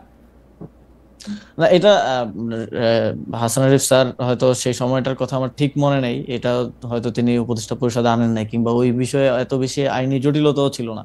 তো উপদেষ্টা পরিষদে যখন যায় তখন আমার তো মানে স্টেশনের দায়িত্বে থাকা জায়গা থেকে হচ্ছে আমার ওই সিদ্ধান্তটা বাস্তবায়ন করাটা হচ্ছে আমার দায়িত্ব। এবং যেহেতু এখানে আইনি জটিলতা ছিল, একই সাথে এই সিদ্ধান্ত বাস্তবায়নের ক্ষেত্রে আমাদের আসিফ নজরুল স্যারও সহযোগিতা করছেন, অ্যাটর্নি জেনারেলও এইটার ক্ষেত্রে আইনি পরামর্শ দিয়েছেন আমাদেরকে। তো এটা যে এককভাবে আসিফ মাহমুদের, এটা রাজনৈতিক কারণে অনেক সময় বলা হয়ে থাকে, রাজনৈতিক প্রতিপক্ষ আমাকে অনেকে মনে করতে পারেন তারা সেভাবে অ্যাটাক করতে পারেন, কিন্তু শেষ পর্যন্ত তো ইশরাক ভাই নিজেও বলেছেন যে এটা উপদেষ্টা পরিষদে আসলে সিদ্ধান্ত। আমারও মনে হয় যে এটা উপদেষ্টা পরিষদেরই সিদ্ধান্ত, কিন্তু এখানে আবার একটা কথা আসে যে উত্তর ঢাকায় আপনি প্রশাসক নিয়োগ দিয়েছেন সম্পূর্ণ আপনার একক সিদ্ধান্তে। জনাব এজাজ সাহেবের আগে পিছে যাই এইটা নিয়ে কি আপনি একটু বলবেন? ইদানিং আবার শুনতেছি যে এজাজ সাহেব আপনার এবং সৈয়দা রেজানা হাসান যিনি আরেকজন উপদেষ্টা, তাদের দুইজনের একক পছন্দ, তাদের আপনি একটু এজাজ ভাইয়ের নিয়োগটাও কিন্তু উপদেষ্টা পরিষদের সিদ্ধান্ত। এটা কোনো আচ্ছা, মানে এটা তো ফর্মাল এজেন্ডা উত্থাপন হয় নাই, কিন্তু উপদেষ্টা পরিষদের বিবিধে এই বিষয়ে আলোচনা হয়েছে। এবং ওই দিন আমি কোনো একটা কারণে আমি হয়তো সফরে ছিলাম, আমি উপদেষ্টা পরিষদের ওই বৈঠকে ছিলাম না। হুম। ইভেন ওই উপদেষ্টা পরিষদের বৈঠকে আমি নিজে ছিলাম না। তো সেই উপদেষ্টা পরিষদের সিদ্ধান্ত হয়েছে, আমাকে সিদ্ধান্ত জানানো হয়েছে, আমি সেটা বাস্তবায়ন করেছি।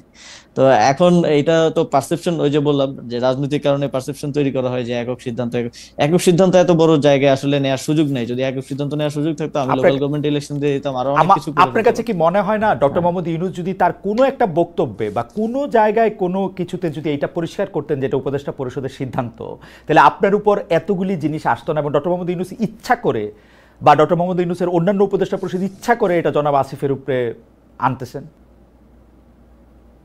এরকম আপনার মনে হয় এখানে কিনা? হয়তো সরকার থেকে আরো ভালো কমিউনিকেশন মানে করার মানে এটা সুযোগ এটা ছিল। এটা উনি নিজে না বলেও উনার প্রেস সচিবকে দিয়ে ওটা বলাতে পারতেন। আমি কিন্তু এটা এখন পর্যন্ত, মানে আপনি ঠিকই বলেছেন, ইশাক সাহেব বলেছেন যে এটা উপদেষ্টা পরিষদের সিদ্ধান্ত, কিন্তু উপদেষ্টা পরিষদের কারো মুখে বা এর কাছে কিন্তু শুনে আমার, মানে প্রফেসর আসিফ নজরুল আমার উপর্যুপরি প্রশ্নের জবাবে তিনি বলেছেন যে তখন হাসান আরিফ এটা খেয়াল করেন নাই, এবারে আসিফ সাহেব সেটা খেয়াল করেছেন। স্পষ্ট, আমি সত্যি মানে সামারি করলে এরকমই দাঁড়ায় কথাটা।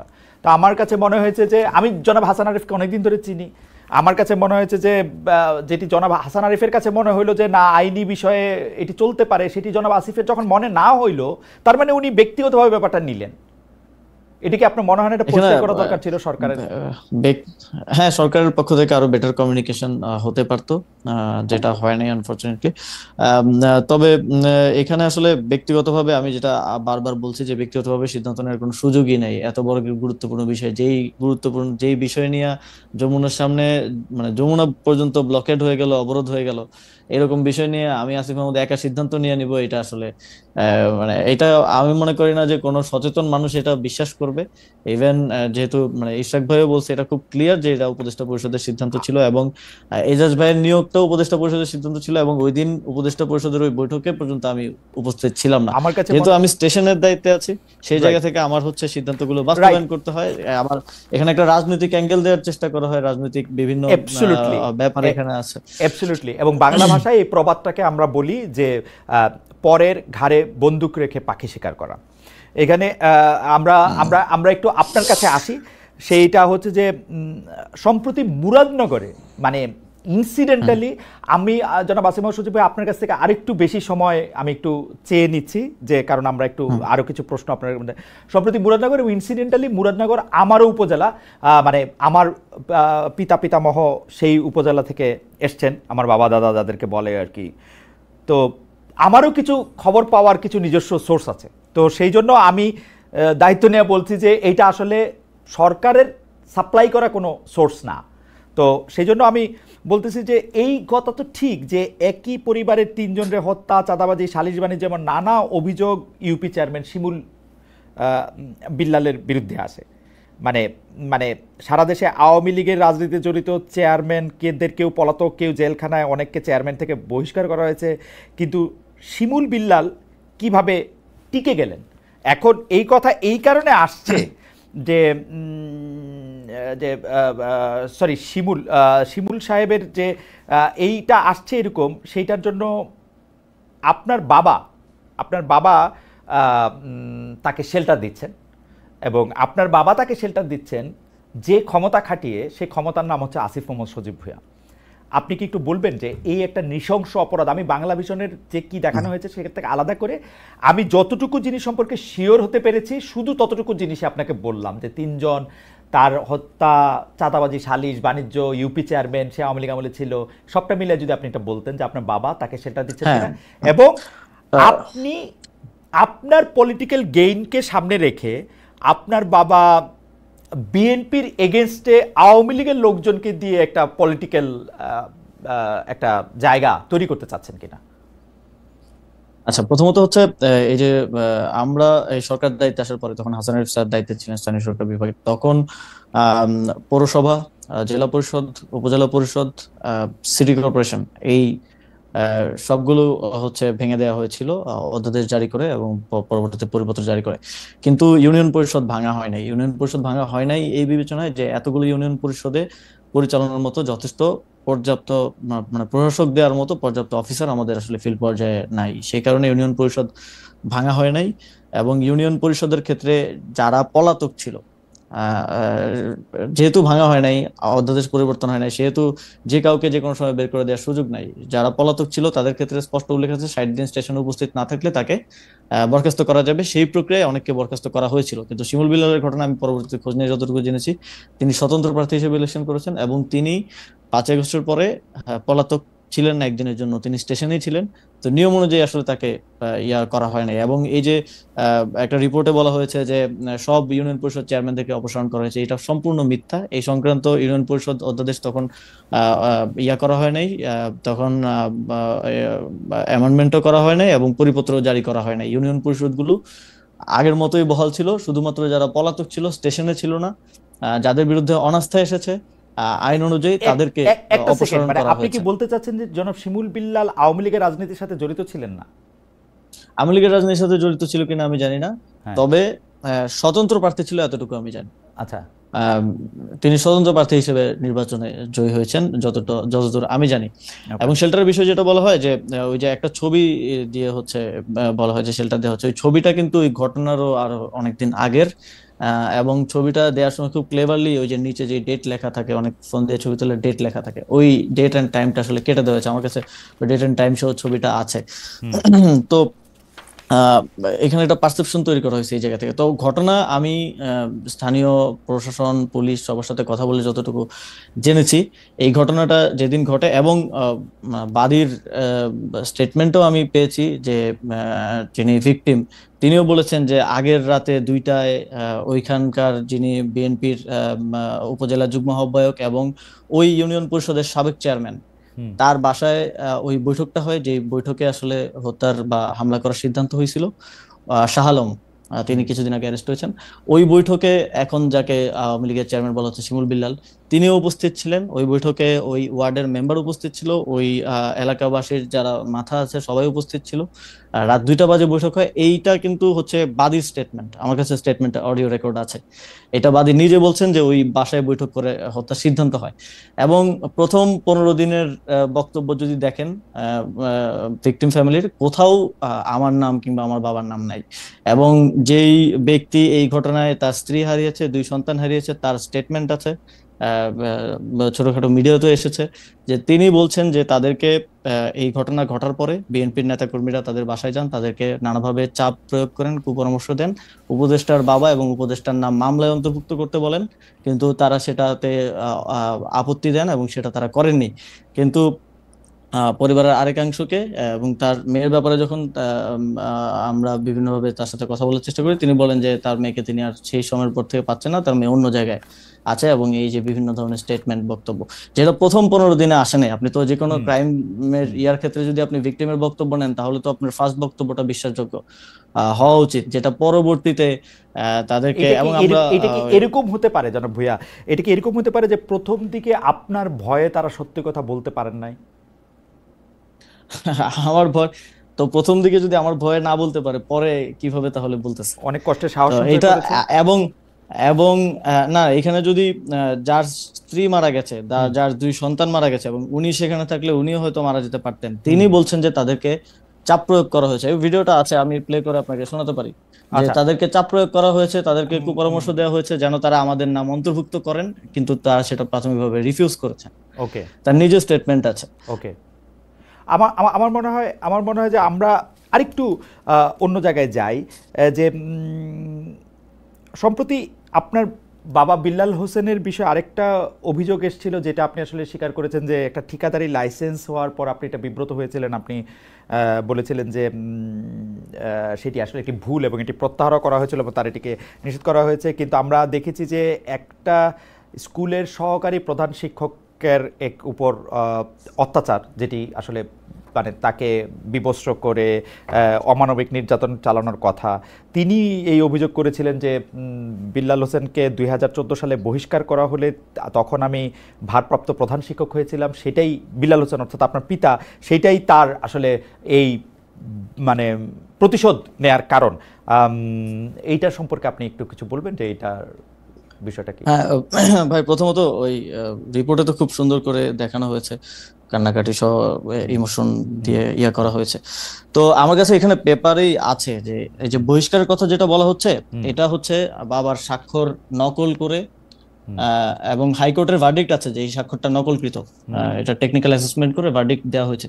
স্বাক্ষর নকল করে একটা পদত্যাগ পত্র, মানে অব্যাহতি পত্র, যে উন্নত চাকরি হয়েছে বিধায় আব্বু হচ্ছে যে প্রধান শিক্ষকের পদে অব্যাহতি এবং ছাড়পত্র প্রসঙ্গে এই যে আমার কাছে এটা আছে, যে স্বাক্ষর নকল করে ওনাকে আসলে বহিষ্কার করা হয়েছে, যদিও সেখানে বলা হয়েছে যে অর্থ আত্মসাতের কারণে বহিষ্কার করা হয়েছে। আমার কাছে হাইকোর্টের এখানে ভার্ডিক্টও আছে এবং শিক্ষা বোর্ডের ভার্ডিক্ট আছে। এটা ওই সময় তো আর আমি উপদেষ্টা ছিলাম না, যে ওই সময়ের ভার্ডিক্ট আছে যে এটা স্বাক্ষর নকল করে তাকে তার পদ থেকে সরানো হয়েছে, এবং এটা তখনকার সহকারী প্রধান শিক্ষক হওয়ার জন্য এবং তখনকার ম্যানেজিং কমিটির সভাপতি তার কিছু কথা না শোনার জন্য এই ষড়যন্ত্রটা তখন করা হয়েছে।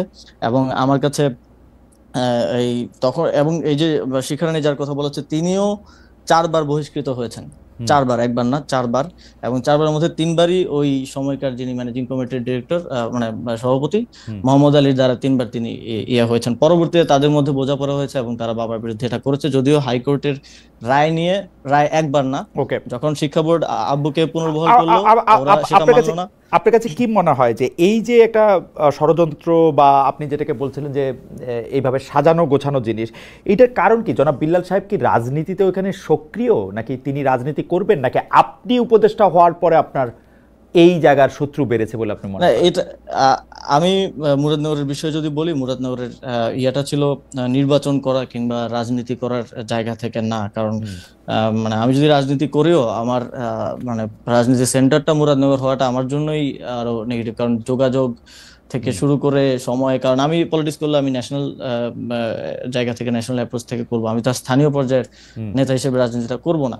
তো সেই জায়গা থেকে আমার জন্য তো ঢাকা সুইটেবল পজিশন। তো আমি মুরাদনগরে মূলত আমার ইয়া ছিল যে, আপনি জানেন যে বিগত আওয়ামী লীগের সময়ে কুমিল্লার যেই অঞ্চলগুলো বিশেষ করে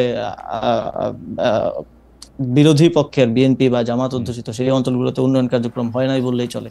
এবং আমার এখানে আমি এসে দেখলাম যে অনেকগুলো কাজ স্যাংশন হয়ে আছে, বরাদ্দ আছে, কিন্তু সেগুলোর কাজগুলো আসলে শুরু করা হয় নাই ওই আঞ্চলিক বৈষম্যের কারণে। আমি সেই কাজগুলা আসলে করতে চাইছি এলাকায়, এবং ওই সংক্রান্ত যেই কার্যক্রম সেটার সাথে ঠিকাদারি নিয়ে মানে মূল ব্যাপারটা কি ঠিকাদারি সংক্রান্ত টাকা পয়সা?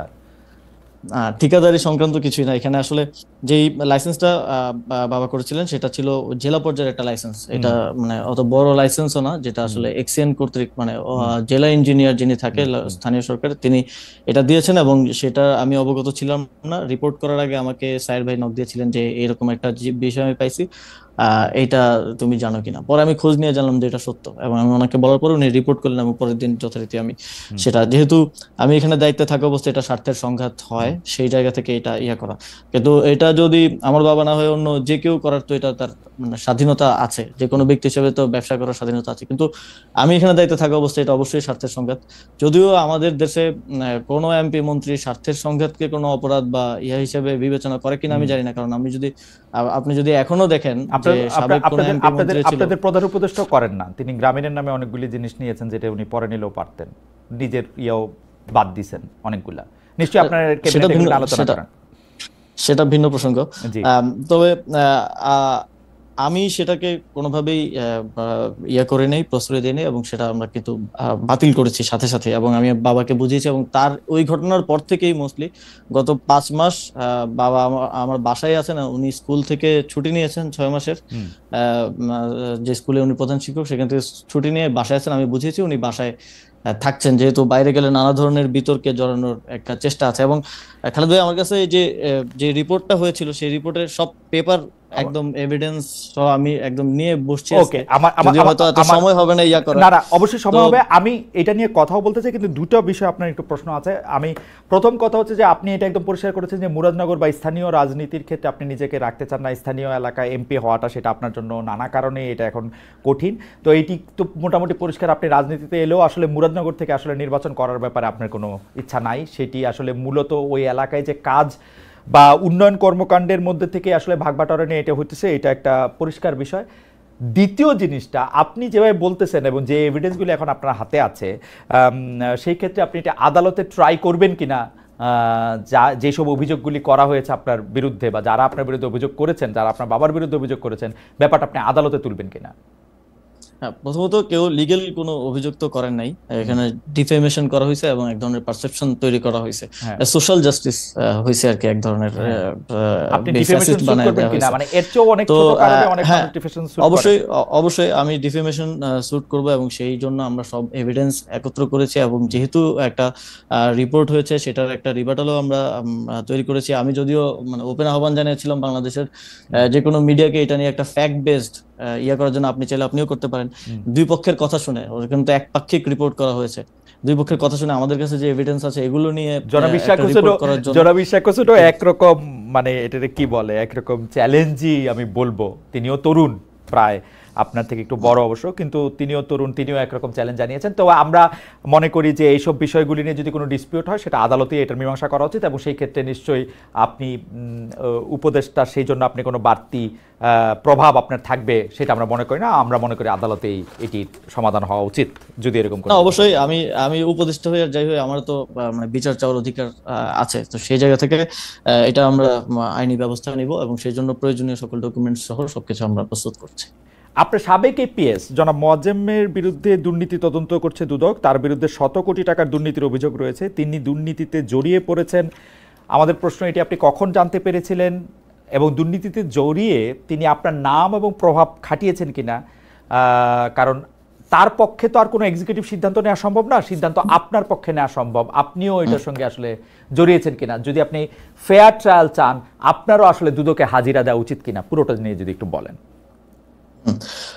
এটা তো খালেদ ভাই, এটা তো মানে বিভিন্ন রিপোর্টে আসলে পারসেপশন তৈরি করা হয়েছে। এখন যদি আমি প্রথম দিক থেকে বলি যে মোয়াজ্জেম নিজে অব্যাহতি দিয়েছে, তো অব্যাহতি দেওয়ার পরে এটা সংবাদ মাধ্যমে প্রচার করা হলো যে এটা করা হয়েছে, এটা মানে তাকে বহিষ্কার করা হয়েছে, মানে অপসারণ করা হয়েছে। অব্যাহতি আর অপসারণের মধ্যে তো পার্থক্য আছে, তো এটাকে প্রচারটা করা হয়েছে প্রাথমিকভাবে ভিন্নভাবে, এবং পরবর্তীতে আমি যেটা বললাম যে এই যে গোয়েন্দা সংস্থা চোথায় নিউজ করে 311 কোটির একটা নাম্বার উইদাউট এনি রেফারেন্স উঠাই দেয়া।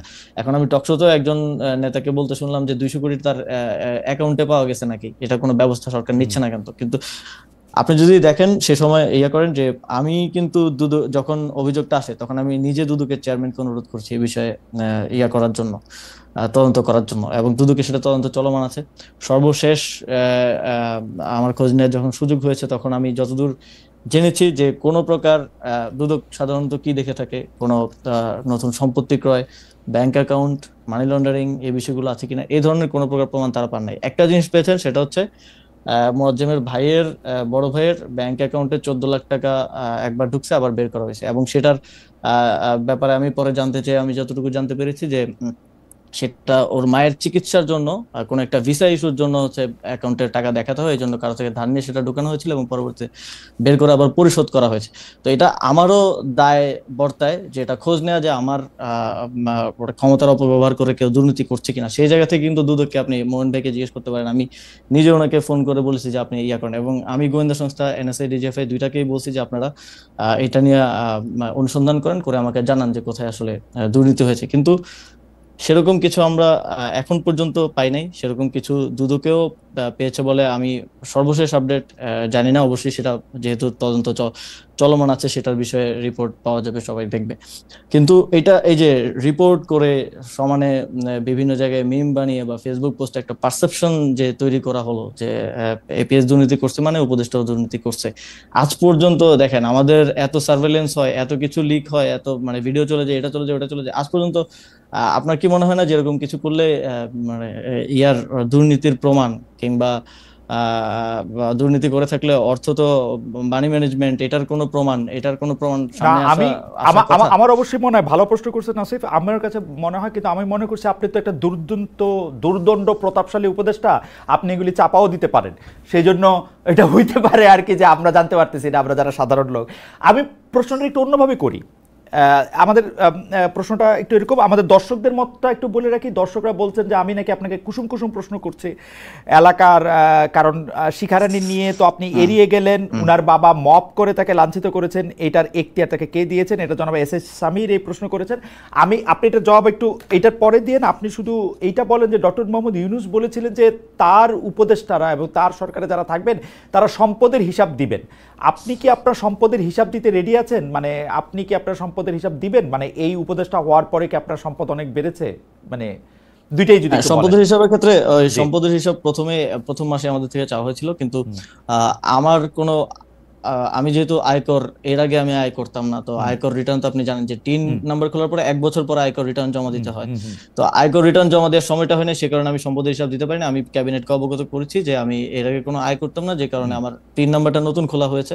তো সম্পদের হিসাবটা আমি যখন যেহেতু 1 বছর অলমোস্ট হয়ে গেছে এবং এখন আমার অবশ্যই সরকারি বেতন ভাতা আছে, আয় আছে, তো এইটা আমি যথারীতি দিব এবং আয়কর রিটার্ন জমা দেওয়ার পরে এটা আমি সরকারের কাছেও দিব এবং পাবলিক ডোমেইনেও আমার সম্পদের আয় ব্যয়ের হিসাবটা আমি দেব। ওকে। আর মপ করে শিখারানির ব্যাপারটা কি আপনি এটার কোনো জবাব দিতে চান? জনাব এস এস সামির একটা কথা বলুন। হ্যাঁ, অবশ্যই অবশ্যই। এখানে মানে মপ করে যেটা বলা হচ্ছে একটা ভিডিওতে দেখানো হচ্ছে, কিন্তু সেখানে মানে ফ্রেমিংটা খুব ইন্টারেস্টিংলি করা হয়েছে। শিখারানী যখন তিনি প্রধান মানে ভারপ্রাপ্ত প্রধান শিক্ষক ছিলেন, যখন বাবাকে এই যে স্বাক্ষর জালিয়াতি করে অব্যাহতি দেওয়া হলো 3 কি 4 বছর 5 বছর বোধহয়, তো সেই সময়টাতে তিনি শিক্ষার্থীদেরকে মানে কেউ হিজাব পরে আসলে তাকে মারধর করা। আমাদের ওই স্কুলে আমি 2 বছর পড়াশোনা করেছি, ক্লাস 6-7। তো স্কুলের পাশে হচ্ছে একটা মসজিদ আছে, ওই মসজিদ এবং স্কুলের সংযোগের জন্য একটা পকেট গেট আছে, ওই পকেট গেটটা উনি বন্ধ করে দিয়েছিলেন যাতে স্টুডেন্টরা নামাজ না পড়তে পারে, স্টুডেন্টদেরকে মারধর করা। আপনার মনে আছে খালেদ ভাই, 5 আগস্টের পরে ইভেন হলিক্রস কলেজের মতো ইয়াতেও যেসব টিচারদেরকে স্টুডেন্টরা পছন্দ করতো না, তাদের বিরুদ্ধে এক ধরনের মব তৈরি করা হয়েছিল। এবং মানে দেশের অনেক ভালো ভালো স্কুল কলেজে এই ঘটনাগুলো ঘটেছে এবং এটারই ধারাবাহিকতা হিসেবে 5 আগস্টের পরে শিখারানী রায়ের বিরুদ্ধে যেহেতু স্টুডেন্টদের একটা ইয়া ছিল, কিন্তু ক্ষোভ ছিল, তারা সেটা বই প্রকাশ করতে গিয়ে। জনাব আসিফ মোহাম্মদ সজীব ভাই, আপনি কি সত্যি এটা বলতেছেন যে বাংলাদেশের কোনো একটা হিন্দু স্কুল শিক্ষক, আমরাও তো আসলে হিন্দি স্কুল শিক্ষক শিক্ষিকার কাছে আমরা পড়েছি, কিন্তু তারা কখনো নামাজ পড়তে বাধা দিয়েছেন, হিজাব পরেছেন বলে কাউকে মারধর করেছেন, এরকম আমি কখনো দেখি নাই, এক্সপেরিয়েন্স করি না। খালেদ ভাই, আপনি আপনার বাড়ি তো মুরাদনগর, আপনি আপনার বাড়ি থেকে যে কাউকে হচ্ছে আমাদের ওই স্কুলের আশেপাশের যে কোনো র্যান্ডম যে কোনো বাসায় গিয়ে কথা বলতে বলেন, তারা এটা বলবে, তারা এটা একদম। এবং আমরা ওই যে রিপোর্টের ইয়াতে ওই আপনি যদি যে কোনো স্কুলের স্টুডেন্টকে জিজ্ঞেস করেন, ইভেন ওই বাচ্চাটাকে মারা হয়েছে হিজাব পরার কারণে পিটিতে, স্কুলে যে প্রারম্ভিক যে ইয়া হয়, এবং তার দাদি আসছে বিচার চাওয়ার জন্য, তার দাদিকে লাথি মেরে ফেলে দেওয়া হয়েছিল সে সময়টায়, এবং তিনি সে সময় দোর্দণ্ড প্রভাবশালী ছিলেন এবং দুইজন স্টুডেন্টকে তার কথা না শোনার কারণে তিনি পুলিশ দিয়ে অ্যারেস্ট করেছিলেন, মানে 2জন আন্ডার এজড মানে স্কুলের স্টুডেন্ট আর কি, 14-15 বছরের 2টা বাচ্চাকে। এইগুলো আপনি সেখানে ওই আশেপাশের অভিভাবক যারা আছে যে কাউকে জিজ্ঞেস করলে এই বিষয়গুলো আপনারা জানতে পারবেন। বেশি দিন আগের তো ঘটনা না, 2014 সাল থেকে 19 সালের ঘটনা। তো এখন যে মবটা ইয়া করা হলো, সেটাতে কি আপনার ভূমিকা ছিল কোনো? আপনি বলেছিলেন যে তোমরা যাও গে। 5 আগস্টের পরে যেভাবে আসলে বিভিন্ন স্কুলে সারা দেশে মব হয়েছে, আমরা সরকার থেকে সেটা নিউট্রালাইজ করার জন্য চেষ্টা করেছি। শিক্ষা মন্ত্রণালয় সে সময় কাজ করেছে এবং সেখানে ওই যে একটা ভিডিওতে যেখানে দেখানো হচ্ছে, সেখানে বাবা মূলত গিয়েছিলেন তাকে সেখান থেকে মানে বাঁচানোর জন্য, মানে শিক্ষার্থীদের থেকে। শিক্ষার্থীরা প্রথমে দাবি করে পদত্যাগের, তিনি পদত্যাগ করতে রাজি না হলে এক ধরনের মানে মব তৈরি করা হয় এবং ওই ধরনের সিচুয়েশন তৈরি করা হয়। কিন্তু পূর্ববর্তী শত্রুতা এবং ইয়ার জের ধরে তিনি দায়টা আমাদের উপরে, বাবার উপরে দিয়েছেন। এবং ওই শত্রুতার রেশটা যদি আমি বলি, তাহলে তিনি এই যে স্বাক্ষর জালিয়াতি করে বাবাকে অপসারণ করার কারণেই তো উনি আসলে প্রধান শিক্ষক, উনি তো বেনিফিশিয়ারি ওটার, উনি প্রধান শিক্ষিকা হতে পেরেছেন। এবং পরবর্তীতে শিক্ষা বোর্ড সেখানে ইয়া দেয় যে ওনাকে আবার পুনর্বহাল করার জন্য, যেহেতু এটা ভুয়া, এবং সেখানেও ওনারা মানেননি। হাইকোর্টে ওনারা রিট করেছেন, 2বার রিট করেছেন, 2বারই ভার্ডিক্ট বাবার পক্ষে আসে। এবং পরবর্তীতে বাবা তার ওই যে 5 বছর যে চাকরিতে ছিলেন না, সেই বকেয়া বেতন ভাতা সহ আবার চাকরি পুনরায় ফেরত পান 2020 সালে। আমার মনে হয় এই ব্যাপারটা আসলে আদালতে ট্রাই করা উচিত, কারণ আপনি আপনার কথা বলছেন, তারা তাদের কথা বলছেন, সেই ব্যাপারটা আসলে আদালতে দেখা উচিত। অবশ্যই আমি আদালতে ট্রাই করব, অবশ্যই আমাদের কাছে সব এভিডেন্স আছে। রাইট। আমরা একটু খেলার মাঠে আসি। আপনাকে বড় বড় দুটি মন্ত্রণালয়, যুব ক্রীড়া মন্ত্রণালয় যথেষ্ট বড়, তার বাইরে আপনি স্থানীয় সরকার ও পল্লী উন্নয়ন সমবায় মন্ত্রণালয়, সেটি সবচেয়ে বড় মন্ত্রণালয়গুলির একটা।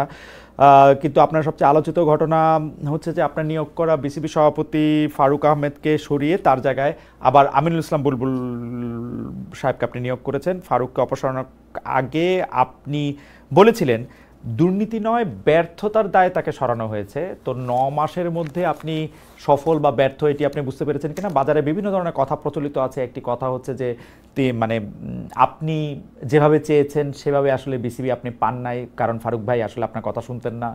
অনেক রকম কথা আছে এরকম যে আপনি, আমি যদি এটাকে এরকমভাবে বলি যে শত্রুর শত্রুকে ঘায়েল করতে গিয়ে আপনি ফারুক ভাইকে এরকম একটি ইয়ার মধ্যে দিয়ে নিয়েছেন। আপনি একটু বলবেন যে 9 মাসে তো ব্যর্থতা সফলতা এটা বোঝানো সম্ভব না। খালেদ ভাই, ফারুক ভাইকে তো মানে আমাদের সরকার দায়িত্বে আসার পরে আমরাই নিয়ে আসছি। এখন স্পোর্টসের ক্ষেত্রে যেটা, স্পোর্টসের স্টেক হোল্ডারদের সাথে কথা বলার মাধ্যমে ওই সময়টায় সবাই ফারুক ভাইয়ের ব্যাপারে খুব পজিটিভ বলেছে এবং সেই জায়গা থেকে ফারুক ভাইকে দায়িত্বটা দেওয়া হয়েছে এবং এনএসসির 2জন ডিরেক্টরের কোটায় ওনাদেরকে নেওয়া হয়েছিল, সেখান থেকে উনি পরে প্রেসিডেন্ট নির্বাচিত হয়েছেন। এখন মনে করেন অনেকে এটা বলে থাকে, কিন্তু দেখেন যে বোর্ডে আরো 9জন ডিরেক্টর আছে, 9জন ডিরেক্টরের মধ্যে 8জন ডিরেক্টর মন্ত্রণালয়কে অভিযোগ করেছে যে ফারুক আহমেদ স্বেচ্ছাচারিতা করছেন, কোনো সিদ্ধান্ত তিনি যেভাবে কনস্টিটিউশনে উল্লেখ আছে সেভাবে নিচ্ছেন না। এবং আমরা কাজ করতে গিয়ে যেভাবে আমাদের অভিজ্ঞতা যেটা হয়েছে, বিপিএল আয়োজনে গতবার কি ব্লান্ডার হয়েছে এটা আপনি দেখেছেন। আমরা মন্ত্রণালয় থেকে ওইটা নিয়ে আমাদের একটা তথ্যানুসন্ধান কমিটি করা হয়েছিল মন্ত্রণালয় থেকে। কমিটির রিপোর্ট একটা বড় নিয়ামক ছিল এই পরিবর্তনের ক্ষেত্রে। আমরা মন্ত্রণালয় থেকে বলেছিলাম যে রাজশাহী এবং চট্টগ্রামের যে টিম দেওয়া হচ্ছে, they are not capable to run a BPL team. এবং আলটিমেটলি ওইটাই হয়েছে, তারা বিদেশি প্লেয়ারদেরকে স্যালারি দিতে পারে নাই, দেশি প্লেয়ারদেরকে স্যালারি দিতে পারে নাই। আমাদের জাতীয় আন্তর্জাতিক ভাবে আমাদের অনেক মান ক্ষুণ্ণ হয়েছে। এবং এই যে এগুলোকে কি আপনি মানে ব্যর্থতা বলবেন? এগুলো তো অবশ্যই। এবং বাংলাদেশের ক্রিকেটের যে ক্রম অবনতি এবং একই সাথে ক্রিকেটের থেকে ওনার ইন্টারেস্ট আমি দেখছি যে পরবর্তীতে আবার কিভাবে প্রেসিডেন্ট হয়ে আসা যায়, সেটার জন্য ক্লাব কিভাবে নেওয়া যায়, তারপরে বিজনেস থেকে শুরু করে বিভিন্ন দিকে ওনার ইন্টারেস্টটা বেশি দেখা গেছে। তো সেই জায়গা থেকে যেহেতু আমরা আনকনস্টিটিউশনাল কিছু করি নাই, যেহেতু এনএসসির 2টা ডিরেক্টর কোর্ট আছে, ওই ডিরেক্টর কোর্টে তিনি ছিলেন, যেহেতু এটা মন্ত্রণালয়ের আসলে মনোনয়ন, মন্ত্রণালয় চাইলে সেই মনোনয়ন উইথড্র করতে পারে। পারফরমেন্স বিবেচনায় আমরা মনোনয়নটা উইথড্র করেছি এবং সেখানে নতুন একজনকে মনোনয়ন দিয়েছে এবং যথারীতি তিনি নির্বাচিত হয়ে প্রেসিডেন্ট হিসেবে দায়িত্ব পালন করছেন। বিসিবির যে অন্য 8 ডিরেক্টর, মানে 9 ডিরেক্টরের মধ্যে 8 ডিরেক্টরই তো গত সরকারের সময়ও ছিলেন, সেইটা আপনারা বিবেচনায় নিয়েছিলেন কিনা যে আপনাদের 2জন মাত্র ডিরেক্টর, শুধু আপনি নতুন নতুন নতুন নিয়োগ আপনি মন্ত্রণালয় থেকে দিয়েছেন, কিন্তু 9 ডিরেক্টর সব ডিরেক্টরই তো সরকারের সময় ছিলেন। মোট 25 জন ডিরেক্টর ছিলেন এবং তার মধ্যে থেকে প্রায় 15 জনের কাছাকাছি পালিয়ে গেছেন বা পদত্যাগ করেছেন। 2-1 জন পদত্যাগ করেছেন, বাকিরা পালিয়ে গেছেন। তো আপনি জানেন কিনা যে বিসিবিতে তো ইলেকশনের মাধ্যমে হয়, ডিস্ট্রিক্ট ডিভিশনের সরকারের প্রভাব থাকে, কিন্তু ক্লাবে কিন্তু সরকারের অত বেশি প্রভাব থাকে না, কারণ ক্লাবগুলো ওন করে বিভিন্ন কর্পোরেট প্রতিষ্ঠান। তো ক্লাবের ভোটে যারা নির্বাচিত হয়েছেন তাদেরকে তো অপসারণ করা কনস্টিটিউশনালি আমাদের জন্য পসিবল না। অপসারণ করা সম্ভব না, মানে তারা যখন অভিযোগ করলো তখন অভিযোগটা আমলে নেওয়ার সময় আপনি এই ব্যাপারটা ভেবেছিলেন কিনা যে তারা না, অভিযোগ অবশ্যই আওয়ামী লীগ আমলে একটা মজার ব্যাপার হইলো, মানে এটাতে বিসিবির বোর্ডের ডিরেক্টররা যারা এখনো আছেন তাদের অনেকেই আমার খুবই, কিন্তু আমি এটা বলতে বাধ্য, গত সরকারের সময় কিন্তু কর্পোরেটও আসলে সরকারের দখলেই ছিল। মানে এটা আপনি আবহানী লিমিটেড বলেন, অবশ্যই প্রভাবের বাইরে তো ছিল না, প্রভাবের ইন্ডিপেন্ডেন্ট ডিরেক্টর। তবে তাদের অভিযোগগুলো আমরা আমলে নিয়েছি এবং অভিযোগগুলো আমরা খতিয়ে দেখেছি এবং সেখানে আমরা যথেষ্ট সত্যতা পেয়েছি। এবং আমাদের যেই ফ্যাক্ট ফাইন্ডিং কমিটি ছিল বিপিএল সংক্রান্ত এবং আদার্স, সেটাও আমরা দেখেছি। এবং আপনি দেখেছেন যে বিসিবিতে দুদক গেছে প্রথমবারের মতো এবং এই ধরনের পরিবেশ তৈরি হয়েছে। এবং কিন্তু সেটা তো পরে বোঝা গেছে যে, কারণ সেটাও এরকম রিপোর্ট আমরা দেখছি, জনাব ফারুক আহমেদ এত কোটি টাকা সরালেন, পরে দেখা গেল যে এক ব্যাংক থেকে আরেক ব্যাংকে নিয়ে আসছেন, পরে দেখা গেল যে ওইটা যে সরাইছে সেইটাও ডিরেক্টরের ওই 2 ডিরেক্টরের সইয়ে, তার সইয়ে না। সেটা তো আমিও বলছি, যখন ওই বিষয়টা আসলো তখন আমি নিজে বলছি এবং সেটার জন্য আমাকেও লোকজন গালি দিচ্ছে যে আমি বোধহয় ভাগ পাইছি, অথচ টাকাটা এক ব্যাংক থেকে আরেক ব্যাংকে সরানো হয়েছিল। সেটা এখন আমাদের দেশে তো এই ফ্রেমিংটা হয়, এটা বাস্তব। তবে সেটা আমার ফারুক ভাইয়ের সাথে এখনো ভালো সম্পর্ক, আমার ওনার সাথে কোনো ব্যক্তিগত বিরোধ বা ইয়া নেই। ওনার সাথে আমার ইয়াটা এক জায়গাতেই হয়েছে যে ক্রিকেটটাকে এই সময় ফেল করতে দেওয়া যাবে না, কারণ এটা আমার, যেহেতু আমি দায়িত্বশীল, সেই জায়গা থেকে আমারও একটা বড় ব্যর্থতা হিসেবে রয়ে যাবে। আপনি দেখেন ফুটবল বাংলাদেশে ওকে। নতুন করে রিব্র্যান্ডিং হয়েছে, হুম। ফুটবলে বাংলাদেশ ভালো করছে, কিন্তু ক্রিকেটে বাংলাদেশ অবনতি দিয়ে যাচ্ছে, যেটা আমাদের আসলে সবচেয়ে বড় স্পোর্টস হিসেবে আহ, ইয়ে করা হয়, গণ্য করা হয়। তো সেই জায়গা থেকেই আরেকজনকে দায়িত্বে নিয়ে আসা এবং তুলনামূলক বেটার ইয়া যাকে মনে হয়েছে, এবং তিনি কাজ করছেন। সামনে বিসিবির ইলেকশন হবে, ইলেকশনের মাধ্যমে গণতান্ত্রিক প্রক্রিয়া, পরবর্তীতে যে প্রেসিডেন্ট আসবে বা যারা আসবে তারাই দায়িত্ব পালন করবেন। জনাব আসিফ সজীব ভাইয়া, অন্য প্রসঙ্গে যাওয়ার আগে এই প্রসঙ্গে একটা প্রশ্ন করে নিই যে আপনি ক্রিকেট মাঠে গেলে আপনার নামে মিছিল হয়, সেটা আন্তর্জাতিক খেলা হোক বা বিপিএল খেলা হোক, এই এই চর্চা আমরা পাপন সাহেবের আমলে দেখেছি। পুরনো ওই বন্দোবস্ত পরিত্যাগ করছেন না কেন? মানে নাকি উৎসাহ দিচ্ছেন যারা আপনার নামে মিছিল, না, এটা তারা আসলে স্টেডিয়ামে গেলে আইসক্রিম খেতে পায়? না না না, এটা আসলে কারা দিয়েছে আমি ইয়ে করতে পারি না, কিন্তু পরবর্তীতে আমি যোগাযোগ করে তাদেরকে নিষেধ করেছিলাম এই ধরনের কাজ যাতে আর না করে। এবং আপনি যদি দেখেন সংবাদ সম্মেলনের সময় আমি নিজেও তাদেরকে থামানোর চেষ্টা করেছি।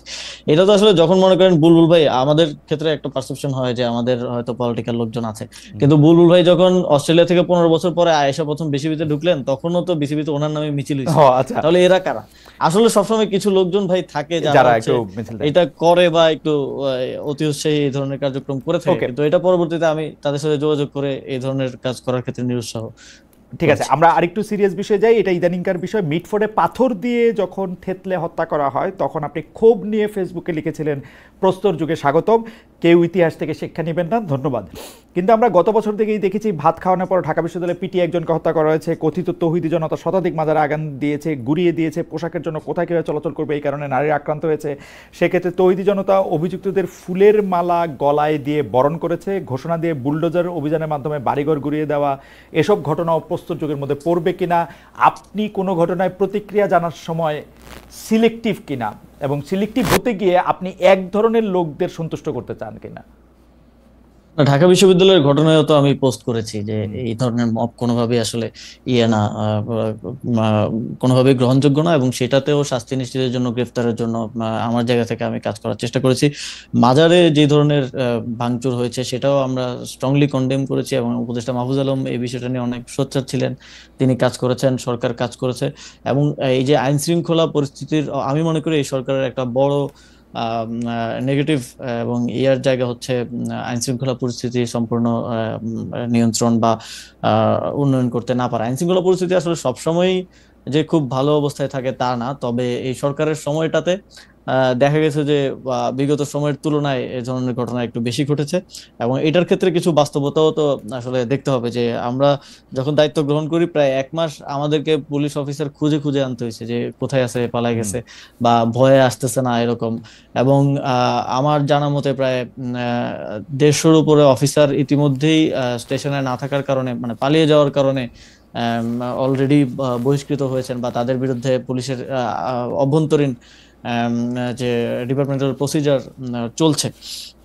তো এই যে চ্যালেঞ্জগুলো, এবং এইখানে বিগত সময়ে 15 বছরে রাজনৈতিক নিয়োগ হয়েছে, এবং তাদের এক ধরনের রাজনৈতিক লয়ালিটিও আছে অনেকের। তো সেই জায়গা থেকে এই পুলিশ এবং এই আইন শৃঙ্খলা, এই বাস্তবতা যেমন আছে, এই সবকিছু মিলিয়ে আইন শৃঙ্খলা পরিস্থিতির ক্ষেত্রে এই সরকার অন্যান্য ক্ষেত্রে, যেমন অর্থনীতির ক্ষেত্রে যেভাবে সাফল্য দেখাতে পেরেছে, আইন শৃঙ্খলা নিয়ন্ত্রণের ক্ষেত্রে সেভাবে সাফল্য দেখাতে পারে নাই। এবং আরেকটা বিষয় আছে এখানে, কিছু ক্ষেত্রে এখানে রাজনৈতিক দলগুলো সরকারকে অনেক সহযোগিতা করেছে, এটা অবশ্যই স্বীকার করতে হবে। যেমন প্রথম দিকে যখন বিভিন্ন মাইনরিটিস, বিভিন্ন বা ইয়ার উপর হামলা হচ্ছিল, তখন আপনারা দেখেছেন যে জামাতে ইসলামী কিংবা বিএনপি সহ আরো রাজনৈতিক দল যারা আছেন তারা সেখানে পাহারা দিয়েছেন, ছাত্ররা পাহারা দিয়েছে। তো আবার কিছু ক্ষেত্রে আমরা অসহযোগিতাও দেখেছি, যেমন কোনো চাঁদাবাজির দায়ে কাউকে অ্যারেস্ট করা হলে থানায় হামলা করা হয়েছে। এরকম থানায় হামলার ঘটনা যদি থানায় হামলা লিখে গুগলে সার্চ দেন, গত 1 বছরে অন্তত 10টার বেশি পাওয়া যাবে। তো এই সবকিছু মিলিয়ে আইন শৃঙ্খলা পরিস্থিতিতে সরকার অন্যান্য ক্ষেত্রে যেরকম সাফল্য দেখাতে পেরেছে সেরকমটা দেখাতে পারে নাই, এটা আমার মূল্যায়ন কিংবা আত্মসমালোচনা যেটাই বলেন। আমরা একটু শেষ করে আনছি আমাদের শেষ দুটো প্রশ্নের একটি প্রশ্ন। দ্বিতীয় শেষ প্রশ্ন যে আপনি সরকারের ভিতরে, আমাদের সাথে আলোচনার ক্ষেত্রে আপনি সরকারের ভিতরে সরকারের কথা বলেছেন, ক্ষমতার কেন্দ্রের কথা বলেছেন, সেটা সামরিক বাহিনী হোক বা অন্য জায়গার থেকে আপনি বলেছেন যে এটা আসলে ক্ষমতার ভিতরে এখন রাজনৈতিক দলগুলোকে আপনি ইঙ্গিত করেছেন, রাজনৈতিক বয়ানগুলিকে আপনি ইঙ্গিত করেছেন, বা রাজনৈতিক এন্টিটিকে, অস্তিত্বকে আপনি এন্টিটি করেছেন, কিন্তু আমরা দেখেছি যখন আপনারা সরকার গঠন করেন অর্থাৎ 5 আগস্ট 2024 পরবর্তী সময় আমরা আপনার লেখা থেকে জানছি যে আপনারা বিএনপির যে ভারপ্রাপ্ত চেয়ারপারসন জনাব তারেক রহমানের সাথে কথা বলছেন, সেখানে তারেক রহমান জানাচ্ছেন, আমি আপনার লেখা থেকে তারেক রহমানকে উদ্ধৃত করছি, যে সংস্কারের ভাবনাগুলি আপনারা বলার পরে তিনি বলছিলেন যে এত বেশি দায়িত্ব নেওয়ার প্রয়োজন আছে বলে তো মনে হয় না, আপনারা তত্ত্বাবধায়ক সরকার গঠন করে একটা নির্বাচন দিয়ে দিতে পারেন। জনাব তারেক রহমান প্রস্তাব দিলেন প্রধান উপদেষ্টা রেখে 7 জনের একটা সরকার গঠন করে 3 মাসের মধ্যে নির্বাচন দেয়া যেতে পারে। আপনারা তখন এই ব্যাপারটি এরকম না করে একটি সরকার করলেন, সেই সরকারকে আসলে 1 বছর 1.5 বছর সময়ের পরে আমরা একটা ইলেকশনের টাইম পেলাম। এইটা কি আসলে ঠিক হলো, নাকি ওইটা হইলেই ভালো হইতো? কারণ আপনি যেহেতু বলতেছেন যে সরকারের ভিতরে সরকার, নানা জনের মধ্যে নানা রকম অনাস্থা, আপনার কাছে এখন কি মনে হয় 7 জনের একটা উপদেষ্টা সরকার করে দ্রুত 3 মাসের মধ্যে নির্বাচন দিয়ে দিলেই ভালো হতো? যেহেতু এই সরকারও বলতেছেন আসলে সংস্কারটা করতে হবে নতুন সরকার এসে, তারা তো সরকার করতে পারবেন না, এটা আপনার কি মনে হয়? আরেকটা সাপ্লিমেন্টারি কোশ্চেন আমি করে রাখি। একটা বড় প্রসঙ্গ ওই দিনের শপথ নেওয়ার ব্যাপারে, যে আপনাদের কি আসলে সংবিধানের অধীনে শাহাবুদ্দিন সাহেবের কাছ থেকেই শপথ নেওয়াটা মাস্ট ছিল? এটা নিয়ে আসলে ইনসিস্টটা কে করতেছিলেন, ডক্টর মোহাম্মদ ইউনূস আপনারা, নাকি যারা আপনাদের বুঝিয়েছে তারা? একটু যদি এই দুইটা বিষয় একটু বলতেন। প্রথমত আমাদের এক দফার প্রথম অংশ হচ্ছে শেখ হাসিনার পতন, এবং দ্বিতীয় অংশে আছে হচ্ছে ফ্যাসিবাদী ব্যবস্থার বিলোপ। ফ্যাসিবাদী ব্যবস্থার বিলোপ এই অংশ বাস্তবায়নের জন্যই এটাই ছিল আমাদের মূল উদ্দেশ্য 5 আগস্টের পর থেকে, এবং সেইখান থেকেই আমরা মনে করেছি যে শুধুমাত্র একটা নির্বাচন এই ফ্যাসিবাদী ব্যবস্থার বিলোপ করতে পারবে না। সেই জায়গা থেকে রাষ্ট্রের বিভিন্ন সাংবিধানিক প্রতিষ্ঠান থেকে শুরু করে একটা বড় ধরনের পরিবর্তন এবং সংস্কার প্রয়োজন। সেই জায়গা থেকেই একটা অন্তর্বর্তীকালীন মানে সরকার গঠন করা। যদিও আপনি যদি আমাদের রূপরেখা দেখেন 5 আগস্টের আগেও যখন আমি একটা 5 পয়েন্টস রূপরেখা দিয়েছিলাম, সেখানে স্পষ্টভাবে উল্লেখ ছিল যে রাজনৈতিক তারপরে সিভিল সোসাইটির প্রতিনিধি, ছাত্র প্রতিনিধি মিলিয়ে আমরা একটা জাতীয় সরকার করতে চাই। যদিও জাতীয় সরকারটা বিএনপি ডিনাই করার কারণে সেটা করা সম্ভব হয়নি, সেটা হলে এই সরকারটা আরো শক্তিশালী হতে পারতো। এবং এই যে বিভিন্ন সময় কথা ওঠে এই সরকারের ম্যান্ডেট কতটুকু আছে, সংবিধান সংস্কার করতে পারবে কিনা, বা কতটুকু করতে পারবে কতটুকু করতে পারবে না, কিংবা অনির্বাচিত সরকার, এই জিনিসগুলো থাকতো না। এবং একটা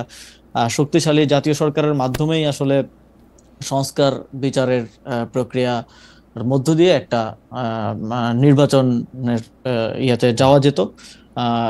তবে সেটা সম্ভব হয়নি, কারণ সে সময় 9 তারিখ রাতেই যখন আমরা জনাব তারেক রহমানের সাথে মিটিং করি, সেখানে তিনি জানিয়েছেন যে জাতীয় সরকারে বিএনপি থাকতে চায় না। তো সেক্ষেত্রে আমরা আর এই জাতীয় সরকারের বিষয়টা নিয়ে আর আগাতে পারিনি, কারণ আপনি জানেন যে বিএনপি কে ছাড়া জাতীয় সরকার আসলে জাতীয় মানে কি, সবাইকে যদি না আনা যায় সেটা তো আর জাতীয় থাকে না। তো সেই জায়গা থেকে একটা অন্তর্বর্তীকালীন সরকার গঠন করা হয়। সরি, পরের প্রশ্নটা ছিল হচ্ছে যে এই যে সংবিধানের অধীনে বা রাষ্ট্রপতির কাছ থেকে শপথ নেওয়ার বিষয়টা আসলে কে আপনাদেরকে বাধ্য করলো, ডক্টর মোহাম্মদ ইউনূস? কারণ আমরাও শুনেছি যে আপনারা জাতীয় সরকার করতে চেয়েছিলেন, কিন্তু জাতীয় সরকার যখন হলো না, মানে 7 তারিখের বা 8 তারিখের মিটিং যখন হলো না, আপনারা যখন সন্ধ্যায় শপথ নিতে গেলেন, সেই শপথটা যে আওয়ামী লীগ নিযুক্ত অর্থাৎ শেখ হাসিনার নির্বাচিত বা নিযুক্ত রাষ্ট্রপতির কাছ থেকে করতে হবে বা সংবিধান মেনে করতে হবে, এইটাতে আপনারা কিভাবে মানে একমত হলেন বা বাধ্য হলেন? আমি যদি প্রথমত ওই সময়কার যে বাস্তবতা, 5ই আগস্ট আমরা প্রথমত যে 5ই আগস্ট আমরা দেখলাম যে রাজনৈতিক দলগুলো ক্যান্টনমেন্টে গেলেন, অথচ একটা মানে সফল গণঅভ্যুত্থানের পরে আমরা আশা করেছিলাম যে রাজনৈতিক দলগুলো গণঅভ্যুত্থানের নেতৃত্বের সাথে বসবেন এবং রাজনৈতিক সিদ্ধান্তটা রাজনৈতিক জায়গা থেকেই হবে। রাজনৈতিক সিদ্ধান্তটা বাংলাদেশে বারবার বাংলাদেশের ইতিহাসে আমরা দেখেছি সামরিক হস্তক্ষেপ সেখানে হয়েছে, সর্বশেষ 11-11 সময় দেখেছি, এবং কোনো অভিজ্ঞতাই কিন্তু ভালো না বাংলাদেশের ইতিহাসের জন্য, যে কোনো সামরিক হস্তক্ষেপই আসলে শেষ পর্যন্ত দেশের জন্য ভালো কিছু বয়ে আনতে পারে নাই। তো সেই জায়গা থেকে আমাদের একটা ইয়া ছিল যে রাজনৈতিক সিদ্ধান্তগুলো, সরকার গঠনের সিদ্ধান্তটা সামরিক হস্তক্ষেপ মুক্ত রাখা। কিন্তু যখন আসলে 5ই আগস্ট আমরা যখন রাজপথে যখন গণভবনের দিকে যাচ্ছি, তখন রাজনৈতিক দলগুলো ক্যান্টনমেন্টে যাচ্ছে আলোচনা করার জন্য। এটা ছিল প্রথম, ওই যে আমি যে বললাম ক্ষমতার কেন্দ্রগুলা ভাগ হয়ে যাওয়া বা ম্যান্ডেটটা আসলে রাজনৈতিক দলগুলো তো না, আপনার সহযোদ্ধারাও তো গিয়েছিলেন সে সময় ক্যান্টনমেন্টে। হ্যাঁ, সে সময় ক্যান্টনমেন্টে খুব ইন্টারেস্টিংলি যে তিনজনকে আসলে সমন্বয়ক হিসেবে দেখানো হয়েছিল, তারা সমন্বয়ক ছিল না, তারা ভুয়া। এবং পরবর্তীতে তাদের সাথে যোগাযোগ করে আমরা জানতে পেরেছি যে বঙ্গভবনের বাইরে তারা ওই দিক দিয়ে হাঁটতেছিল আন্দোলনের অংশ হিসেবে, ওইখান থেকে তাদের তিনজনকে ধরে নিয়ে যাওয়া হয়েছে। হুম তো তারা আমাদের সমন্বয়ক তালিকায় নাই। তো হুম এটা এইভাবে ফ্রেমিং করা হয়েছে যে সমন্বয়করাও বৈঠকে আছে, সমন্বয়করাও সিদ্ধান্ত গ্রহণ প্রক্রিয়ায় আছে। তো এটা তো আমরা ডিনাই করছি, কিন্তু ওই যে আপনি ম্যান্ডেটটা দিয়ে আসলেন, রাজনৈতিক দলগুলো ম্যান্ডেটটা সেখানে দিয়ে আসলো, এবং পরবর্তীতে এই যে সারা দেশে ওই দিন মানে 5 তারিখ রাতটাকে বলা হয় গুজবের রাত। এই যে সারা দেশে রাজারবাগে গুলি হচ্ছে, হুম ঢুকতেছে, সৈন্য সমাবেশ হচ্ছে, এই যে নানা ধরনের মানে এই যে অস্থিতিশীলতা দেখা যাচ্ছিল, এবং আমাদের উপর একটা তখন চাপ তৈরি হয়ে যায় যে খুব দ্রুত সময়ের মধ্যে একটা সরকার যদি গঠন না করা যায় তাহলে দেশে আরো খারাপ পরিস্থিতির দিকে, গৃহযুদ্ধের দিকে বা অন্য কোনো যে কোনো খারাপ পরিস্থিতির দিকে যেতে পারে। তো সেই জায়গা থেকে হচ্ছে আমরা সেদিন রাতেই দেখবেন যে কোনো ধরনের কারোর সাথে আলোচনা ছাড়াই এক ধরনের বিপ্লবী কায়দায় ভিডিও বার্তা দিয়ে আমাদের বর্তমান মাননীয় প্রধান উপদেষ্টা হিসেবে কিন্তু ঘোষণা করি।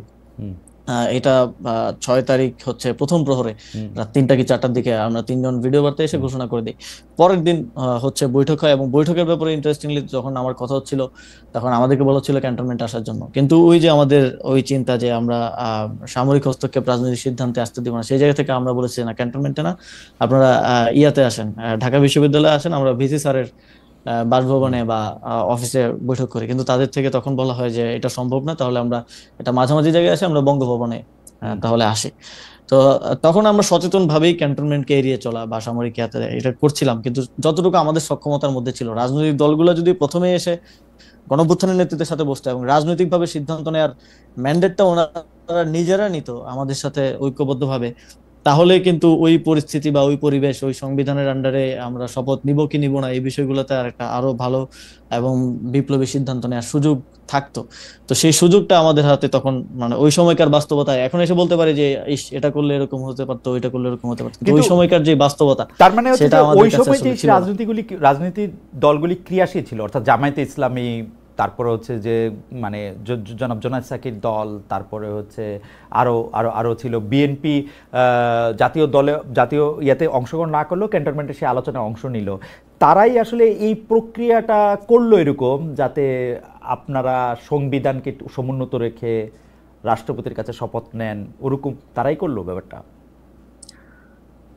তাদের অ্যাকশনের কারণেই ওই পরিস্থিতিটা আসলে মানে তৈরি হলো আর কি। আমরা কিন্তু মানে শপথের আগ পর্যন্ত এটা চেষ্টা করে যাচ্ছিলাম যে আমরা শপথটা ইয়াতে নেই, মানে শহীদ মিনারে নেই। এবং যখন আমরা প্রধান উপদেষ্টার নাম ঘোষণা করি ভিডিও বার্তা হুম আপনি দেখেন, তখন তো আমরা কারোর সাথে আলোচনা করি নাই যে মানে তখন আমরা না রাষ্ট্রপতির সাথে আলোচনা করেছি, না না ইয়ার সাথে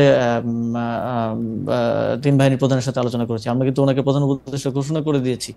এবং কিন্তু পরবর্তীতে যেই অস্থিতিশীল পরিবেশ তৈরি হচ্ছিল এবং আমাদেরকে সকল পক্ষ থেকে এটা বলা হচ্ছিল খুব দ্রুত সরকারটা গঠন করতে হবে, হুম না হলে দেশ যে কোনো খারাপ পরিস্থিতির দিকে যেতে পারে। এবং তখনকার হুম বাস্তবতাটা এটা ছিল, সবাই খুব চিন্তিত ছিল, বিভিন্ন জায়গায় ডাকাতি হচ্ছিল, মানুষকে নেমে আসতে হচ্ছিল আইন শৃঙ্খলা রক্ষা করার জন্য। তো সেই পরিস্থিতিতে আসলে খুব দ্রুততার সাথে সরকার গঠনটা এবং তখন লিয়াজু কমিটির মাধ্যমে একটা প্রক্রিয়ার মধ্য দিয়ে আসলে আপনার সরকার কাছে কি গঠনটাই মনে হয় যে আপনার কাছে মূল কি মনে হয় যে ইয়ে হয়ে উঠেছে। আমরা যারা গণমাধ্যম বা সংবাদ মাধ্যম, তারা আসলে মূল যদি আমি 5, 6, 7, 8 তারিখের কথা বলি, অর্থাৎ তারপর থেকে জনাব আসিফ নজরুল, জনাব সৈয়দা রিজওয়ানা হাসান, জনাব আদিলুর রহমান খান, এর মধ্যে জনাব আসিফ নজরুলকে আমরা সবচেয়ে বেশি সক্রিয় দেখেছি, তার কথা বলেছে। আপনার কাছে কি মনে হয় জনাব আসিফ নজরুল, ডক্টর মোহাম্মদ ইউনূস, তারাও কি এইরকম ভাবেই সরকারটা করতে চেয়েছিলেন, বা জনাব আদিলুর রহমান খান, সৈয়দা রিজওয়ানা হাসান? দেখেন, এক তো হচ্ছে এখানে আমরা যারা মানে গণঅভ্যুত্থানের সামনে থেকে নেতৃত্ব দিয়েছি বা ইয়ে করেছি, তাদের একটা বিপ্লবী বা বৈপ্লবিক চিন্তার জায়গা আছে। কিন্তু যারা এখানে বিভিন্ন প্রফেশন বা এক্সপার্টিজের জায়গা থেকে এসেছেন, অবশ্যই অন্যান্য স্টেক হোল্ডারদের মতামতের ভিত্তিতে, তো ওনারা তো আমাদের মতো সেম ভাবে চিন্তা করেন না। এবং আহ, আম, মাঝে মধ্যে আমাদের ইনফর্মাল আলোচনায় এটা হয়তো বলেনও। এবং এটাও স্বাভাবিক। আপনি যেভাবে চিন্তা, আমি যেভাবে চিন্তা করি, আপনি তো সেভাবে চিন্তা করবেন না। তো আপনার একটা এক্সপার্টিসের জায়গা আছে, আপনি একজন সাংবাদিক, আপনি আপনার অ্যাপ্রোচ থেকে চিন্তা করবেন। তো একজন শিক্ষক, একজন পরিবেশ কর্মী, কিংবা একজন সাবেক সচিব, কিংবা একজন লয়ার, সবার চিন্তাটা তো এক জায়গায় হবে না। তো সেই জায়গা থেকে এই সরকারের একটা বড় আহ, আহ, বৈশিষ্ট্য আমি বলবো যে স্থিতিশীলতা রক্ষা করা ছিল প্রথম থেকেই সরকারের মধ্যে।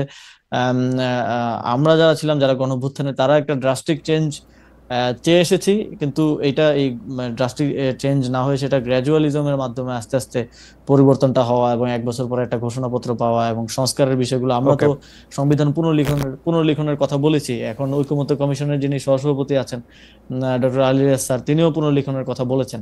কিন্তু সার্বিক বাস্তবতায় এবং এই যে স্থিতিশীলতা রক্ষার যেই একটা বৈশিষ্ট্য, বা এই জায়গা থেকেই এই ড্রাস্টিক চেঞ্জ বা এই পরিবর্তনের জায়গাগুলো ওইভাবে সম্ভব হয়নি, এবং সেটা একটা গ্র্যাজুয়াল পরিবর্তনের দিকে আসলে আমাদেরকে যেতে হয়েছে এবং ওকে, যেতে হচ্ছে। ওকে। সর্বশেষ প্রশ্ন, নির্বাচন। এই মুহূর্তে আমার কাছে যে ফটো কার্ডটা আমি দেখছি সেটি জাতীয় নাগরিক পার্টির মুখ্য সমন্বয়ক তাকে উদ্ধৃত করছে একটা টেলিভিশন। সেটি বলছে, ঘোষণা দিচ্ছি ফেব্রুয়ারিতে নির্বাচন হবে না, কারণ নতুন সংস্কার বা নতুন সংবিধান কিছুই আমরা পাইনি। আমার যেই ভাই মারা গেছে তাকে ফেরত দিয়ে নির্বাচন দিতে হবে। আমি আপনার কাছে প্রশ্নটি করতে চাই, এই কোটেশনটা আমি বললাম, আমি আপনার কাছে প্রশ্নটি করতে চাই যে আপনি কি মনে করেন নির্বাচন আসলে কবে হবে? কেউ কেউ ঘোষণা দিচ্ছেন, নাসিরউদ্দিন পাটোয়ারির ঘোষণা দিয়েছেন ফেব্রুয়ারিতে নির্বাচন, অনেকেই বলছেন যে বলে বটে আসলে ইলেকশন হবে না, কিছু একটা বলে টলে এই সরকার আরো কিছুদিন রয়ে যাবে। আপনার কাছে কি মনে হয় না, নির্বাচন আমি কবে হবে? আমি ব্যক্তিগতভাবে যদি বলি, তাহলে আমি মানে ফেব্রুয়ারিতে ইলেকশন করার ক্ষেত্রে এই সরকারের কমিটমেন্ট আমি দেখেছি, এবং সেই উদ্দেশ্যে এই সরকার যে মানে কার্যক্রম, সকল প্রয়োজনীয় কার্যক্রম হাতে নিয়েছে। ইলেকশন কমিশনকে প্রয়োজনীয় নির্দেশনা দেওয়া হয়েছে, চিঠি দেওয়া হয়েছে, এবং সরকারের মধ্যে লেভেল প্লেইং ফিল্ড তৈরি করা, তারপরে একটা ইলেকশনের প্রস্তুতির দিকে যাওয়ার সকল ধরনের, যে ফেব্রুয়ারিতেই নির্বাচন হবে। এবং এর মধ্যে এই যে এখনো আমাদের জুলাই সনদটা হয়নি, চার্টার যেটা হওয়ার কথা সবার ঐকমত্যের ভিত্তিতে, এর মধ্যে এটাও আমি আশা করি যে এটা যদিও 8 আগস্ট করার একটা ইয়া ছিল, কিন্তু করা সম্ভব হয়নি। ঐকমত্য কমিশনের মেয়াদ 1 মাস বৃদ্ধি করা হয়েছে, আমি আশা করি 1 মাসের মধ্যে সেটাও হবে। সরকারের মধ্যে আমি এই ধরনের কোনো ইন্টেনশন দেখি নাই যে আসলে ফেব্রুয়ারির পরে এখানে কারো থাকার আসলে ইচ্ছা আছে, বা ফেব্রুয়ারির পরে ইলেকশন না দিয়ে আরো ক্ষমতায় থাকার কোনো প্রয়াস বা কোনো ইন্টেনশন আমি আমার জায়গা থেকে বা আমার অভিজ্ঞতা, আমার বোঝাপড়া থেকে আমি আসলে দেখি নাই। জনাব আসিফ মোহাম্মদ সজীব ভূঁইয়া, সর্বশেষ প্রশ্ন একটি ল্যাজ। কয়েকদিন আগে বিএনপির চেয়ারপারসনের পিএস, মানে যিনি সাবেক সরকারি কর্মকর্তা ছিলেন, তিনি বলেছেন যে 8 জন উপদেষ্টার বিরুদ্ধে দুর্নীতির অভিযোগ তার কাছে রয়েছে, যেটি অবশ্য তা আপনার কাছে কি মনে হয়, তিনি যে 8 জনের কথা বলেছেন এর মধ্যে আপনার নাম আছে? বা তিনি কার কথা বলেছেন? মানে ঘুরে ফিরে কি উপদেষ্টার এপিএস এর 200 কোটি টাকার কথাও, 200 কোটি টাকার কথাও ওইটার মধ্যে ঘুরে ফিরে আলোচনা হয়েছে। আমার মনে হয় বললে খুব স্পষ্টভাবে বলা উচিত। 8 জনের নাম বলতে তো কোনো সমস্যা নেই, যদি ওনার কাছে অভিযোগ এবং প্রমাণ থাকে। এবং যদি দেখেন পরবর্তীতে বিএনপি থেকে প্রেস রিলিজ দেওয়া হয়েছে যে ওনার বক্তব্য বিএনপির বক্তব্য না, এবং জনাব মির্জা ফখরুল ইসলাম আলমগীর, বিএনপির মহাসচিব, তিনিও একটা প্রেস রিলিজ দেওয়ার মাধ্যমে এই বক্তব্যটাকে বিএনপির বক্তব্য বলে ডিনাই করেছেন। এবং আমার মনে হয় যে ওনার কাছে যদি অভিযোগ এবং প্রমাণ থাকে সেটা আরো স্পষ্টভাবে বলা উচিত। এখন তো সেই স্বাধীনতা আছে, এখন তো মানে সরকারকেও গালিগালাজ করা যায়, এখন তো কেউ কাউকে উঠায় নেওয়া যায় না। তো এখানে রাগঢাক রাখার তো কোনো কারণ নেই যদি ওনার কাছে থেকে থাকে। সরকারের গালিগালাজ বলে করা যায় না। সরকার আপনাকে গালিগালাজ করলে বা আপনাকে বকা দিলে বা আপনাকে সমালোচনা করলে নাকি জেল টেল দেওয়া হয়। কয়েকদিন আগে নাকি কি স্কুলের এক বাচ্চাকে জেল দেওয়া হয়েছে ফেসবুকে কি পোস্ট দেওয়ার কারণে। মানে এগুলি আপনারা, আমি এখন ওইটা আপনার জন্য প্রশ্ন ছিল না বলে ওইটা এরকম স্পেসিফিক না, কিন্তু আসলে উপদেষ্টাদের বিরুদ্ধে কথা বললে কি জেল হয় এরকম আপনি শুনছেন? বা প্রধান না উপদেষ্টা খালেদ ভাই, প্রতিদিনই তো হচ্ছে। এখন ফেসবুক খুলেই দেখা যাবে কেউ না কেউ সরকারকে অথর্ব সরকার বলতেছে, বা কোনো একজন উপদেষ্টাকে গালি দিচ্ছে। এই যে পাথর ইস্যু নিয়ে রেজন আপার ব্যাপারে বলতেছে, বা আমার মন্ত্রণালয়ের কোনো ব্যর্থতা সফলতা এগুলো নিয়ে আমাকে গালি দিচ্ছে, এবং ট্যাগ করে করে, এই যে ট্যাগ করলে তো মেনশনে আসে, মেনশনে গিয়ে মাঝে মধ্যে দেখি যে ট্যাগ করে করেও গালি দিচ্ছে। তো সেটা তো কিছু হচ্ছে না, যাই হোক, এখন তো ওই প্র্যাকটিসটাই সরকারের মধ্যে নাই। আপনার সঙ্গে লম্বা আলাপে আমরা অনেকগুলি বিষয় জানতে পারলাম। আপনার বিষয়েও জানতে পেরেছি, আমরা মন্ত্রণালয়ের বিষয়ে জানতে পেরেছি, আপনার এলাকা নিয়েও জানতে পেরেছি। তবে আমার মনে হয় জনাব আসিফ মোহাম্মদ সজীব ভূঁইয়া, এটা আমার ধারণা, আপনার এই সাক্ষাৎকারটি বা আপনার সাথে এই আলোচনাটি, কথোপকথনটি যদি মুরাদনগরের মানুষ দেখে থাকেন, তারা আপনার অবস্থানটা একদম স্পষ্ট জানবেন, এবং হয়তো ওইখানে যিনি বিএনপির নেতা আছেন জনাব কায়কোবাদ, উনি খুব খুশি হবেন যে আপনি আসলে ওইখানে মানে প্রতিদ্বন্দ্বিতা করছেন না বা আপনার উদ্দেশ্য সেখানে নির্বাচন করা নয়। এছাড়াও আরও অনেকগুলি বিষয়, সরকারের ভিতরে ক্ষমতার কেন্দ্র, সামরিক বাহিনীর অবস্থান, কাগজে কলমে নানা বিষয়ে আপনি কথা বলেছেন। আপনি আমাদের দর্শকদের উদ্দেশ্যে যদি আপনার কিছু বলার থাকে আপনি একটু যোগ করতে পারেন, তার আগে আমি আপনাকে অনেক ধন্যবাদ দিয়ে রাখি। ও অবশ্যই এই মুহূর্তে, হ্যাঁ জি, আপনি শেষ করেন। এই মুহূর্তে বাংলাদেশ একটা মানে গুরুত্বপূর্ণ ঐতিহাসিক সময় পার করছে, এবং এই বিগত এই 1 বছর বাংলাদেশের এবং জুলাই গণঅভ্যুত্থানের পরে মানুষের মধ্যে যে রাজনৈতিক সচেতনতা এবং রাজনীতি নিয়ে কথা বলার যে পরিবেশ এবং ইয়ে তো প্র্যাকটিসটা তৈরি হয়েছে, আমি মনে করি এটা বাংলাদেশের গণতন্ত্র এবং ভবিষ্যতের জন্য খুব ভালো একটা বিষয়। এবং আমি প্রত্যাশা করব বাংলাদেশের জনগণের কাছ থেকে যে এটা এভাবেই সামনের দিনেও থাকবে, বাংলাদেশের মানুষ কথা বলবে, কোনো সাপ্রেশনে তারা আর দমে যাবে না, এবং বাংলাদেশে এই যে গণতান্ত্রিক পরিবেশ যেখানে বাক স্বাধীনতা এবং গণতান্ত্রিক মূল্যবোধ গুলো সঠিকভাবে প্র্যাকটিস গুলো করা যায়, এই পরিবেশটা সামনের দিনও থাকবে। এই জন্য আমার আহ্বান থাকবে সকল স্টেক হোল্ডার, রাজনৈতিক বা সামাজিক স্টাবলিশমেন্ট থেকে শুরু করে সবাই একটা ইতিবাচক এবং সুন্দর বাংলাদেশ গড়ার জন্য একসাথে কাজ করবে। জনাব আসিফ মাহমুদ সজীব ভাইয়া, আমরা দর্শকদের কাছে জানতে চেয়েছিলাম যে আপনার একটি বক্তব্যকে কেন্দ্র করে যে রাজনৈতিক অরাজনৈতিক শক্তির বাধায় অন্তর্বর্তী সরকার রাষ্ট্রের আমূল পরিবর্তন করতে পারছে না মনে করেন উপদেষ্টা আসিফ মাহমুদ সজীব ভাইয়া। প্রিয় দর্শক, এই অভিযোগ সঠিক বলে মনে করেন কিনা? শতকরা 69% দর্শক মনে করেন এই অভিযোগ সঠিক, শতকরা 31% দর্শক মনে করেন যে এই অভিযোগ সঠিক নয়। 29,000 দর্শক এখানে ভোট দিয়েছেন। জনাব আসিফ মাহমুদ সজীব ভাইয়া, আপনাকে অনেক ধন্যবাদ আমাদের সাথে যুক্ত হওয়ার জন্য। আমরা ভবিষ্যতে আশা করব আপনি যখন রাজনীতি শুরু করবেন তখনও যাতে আপনার সাথে আমাদের কথোপকথন হয়, এবং আপনাকে শুভেচ্ছা এবং ধন্যবাদ জানিয়ে দর্শকদেরও অনেক ধন্যবাদ জানিয়ে আমরা আজকের অনুষ্ঠান এখানে শেষ করছি।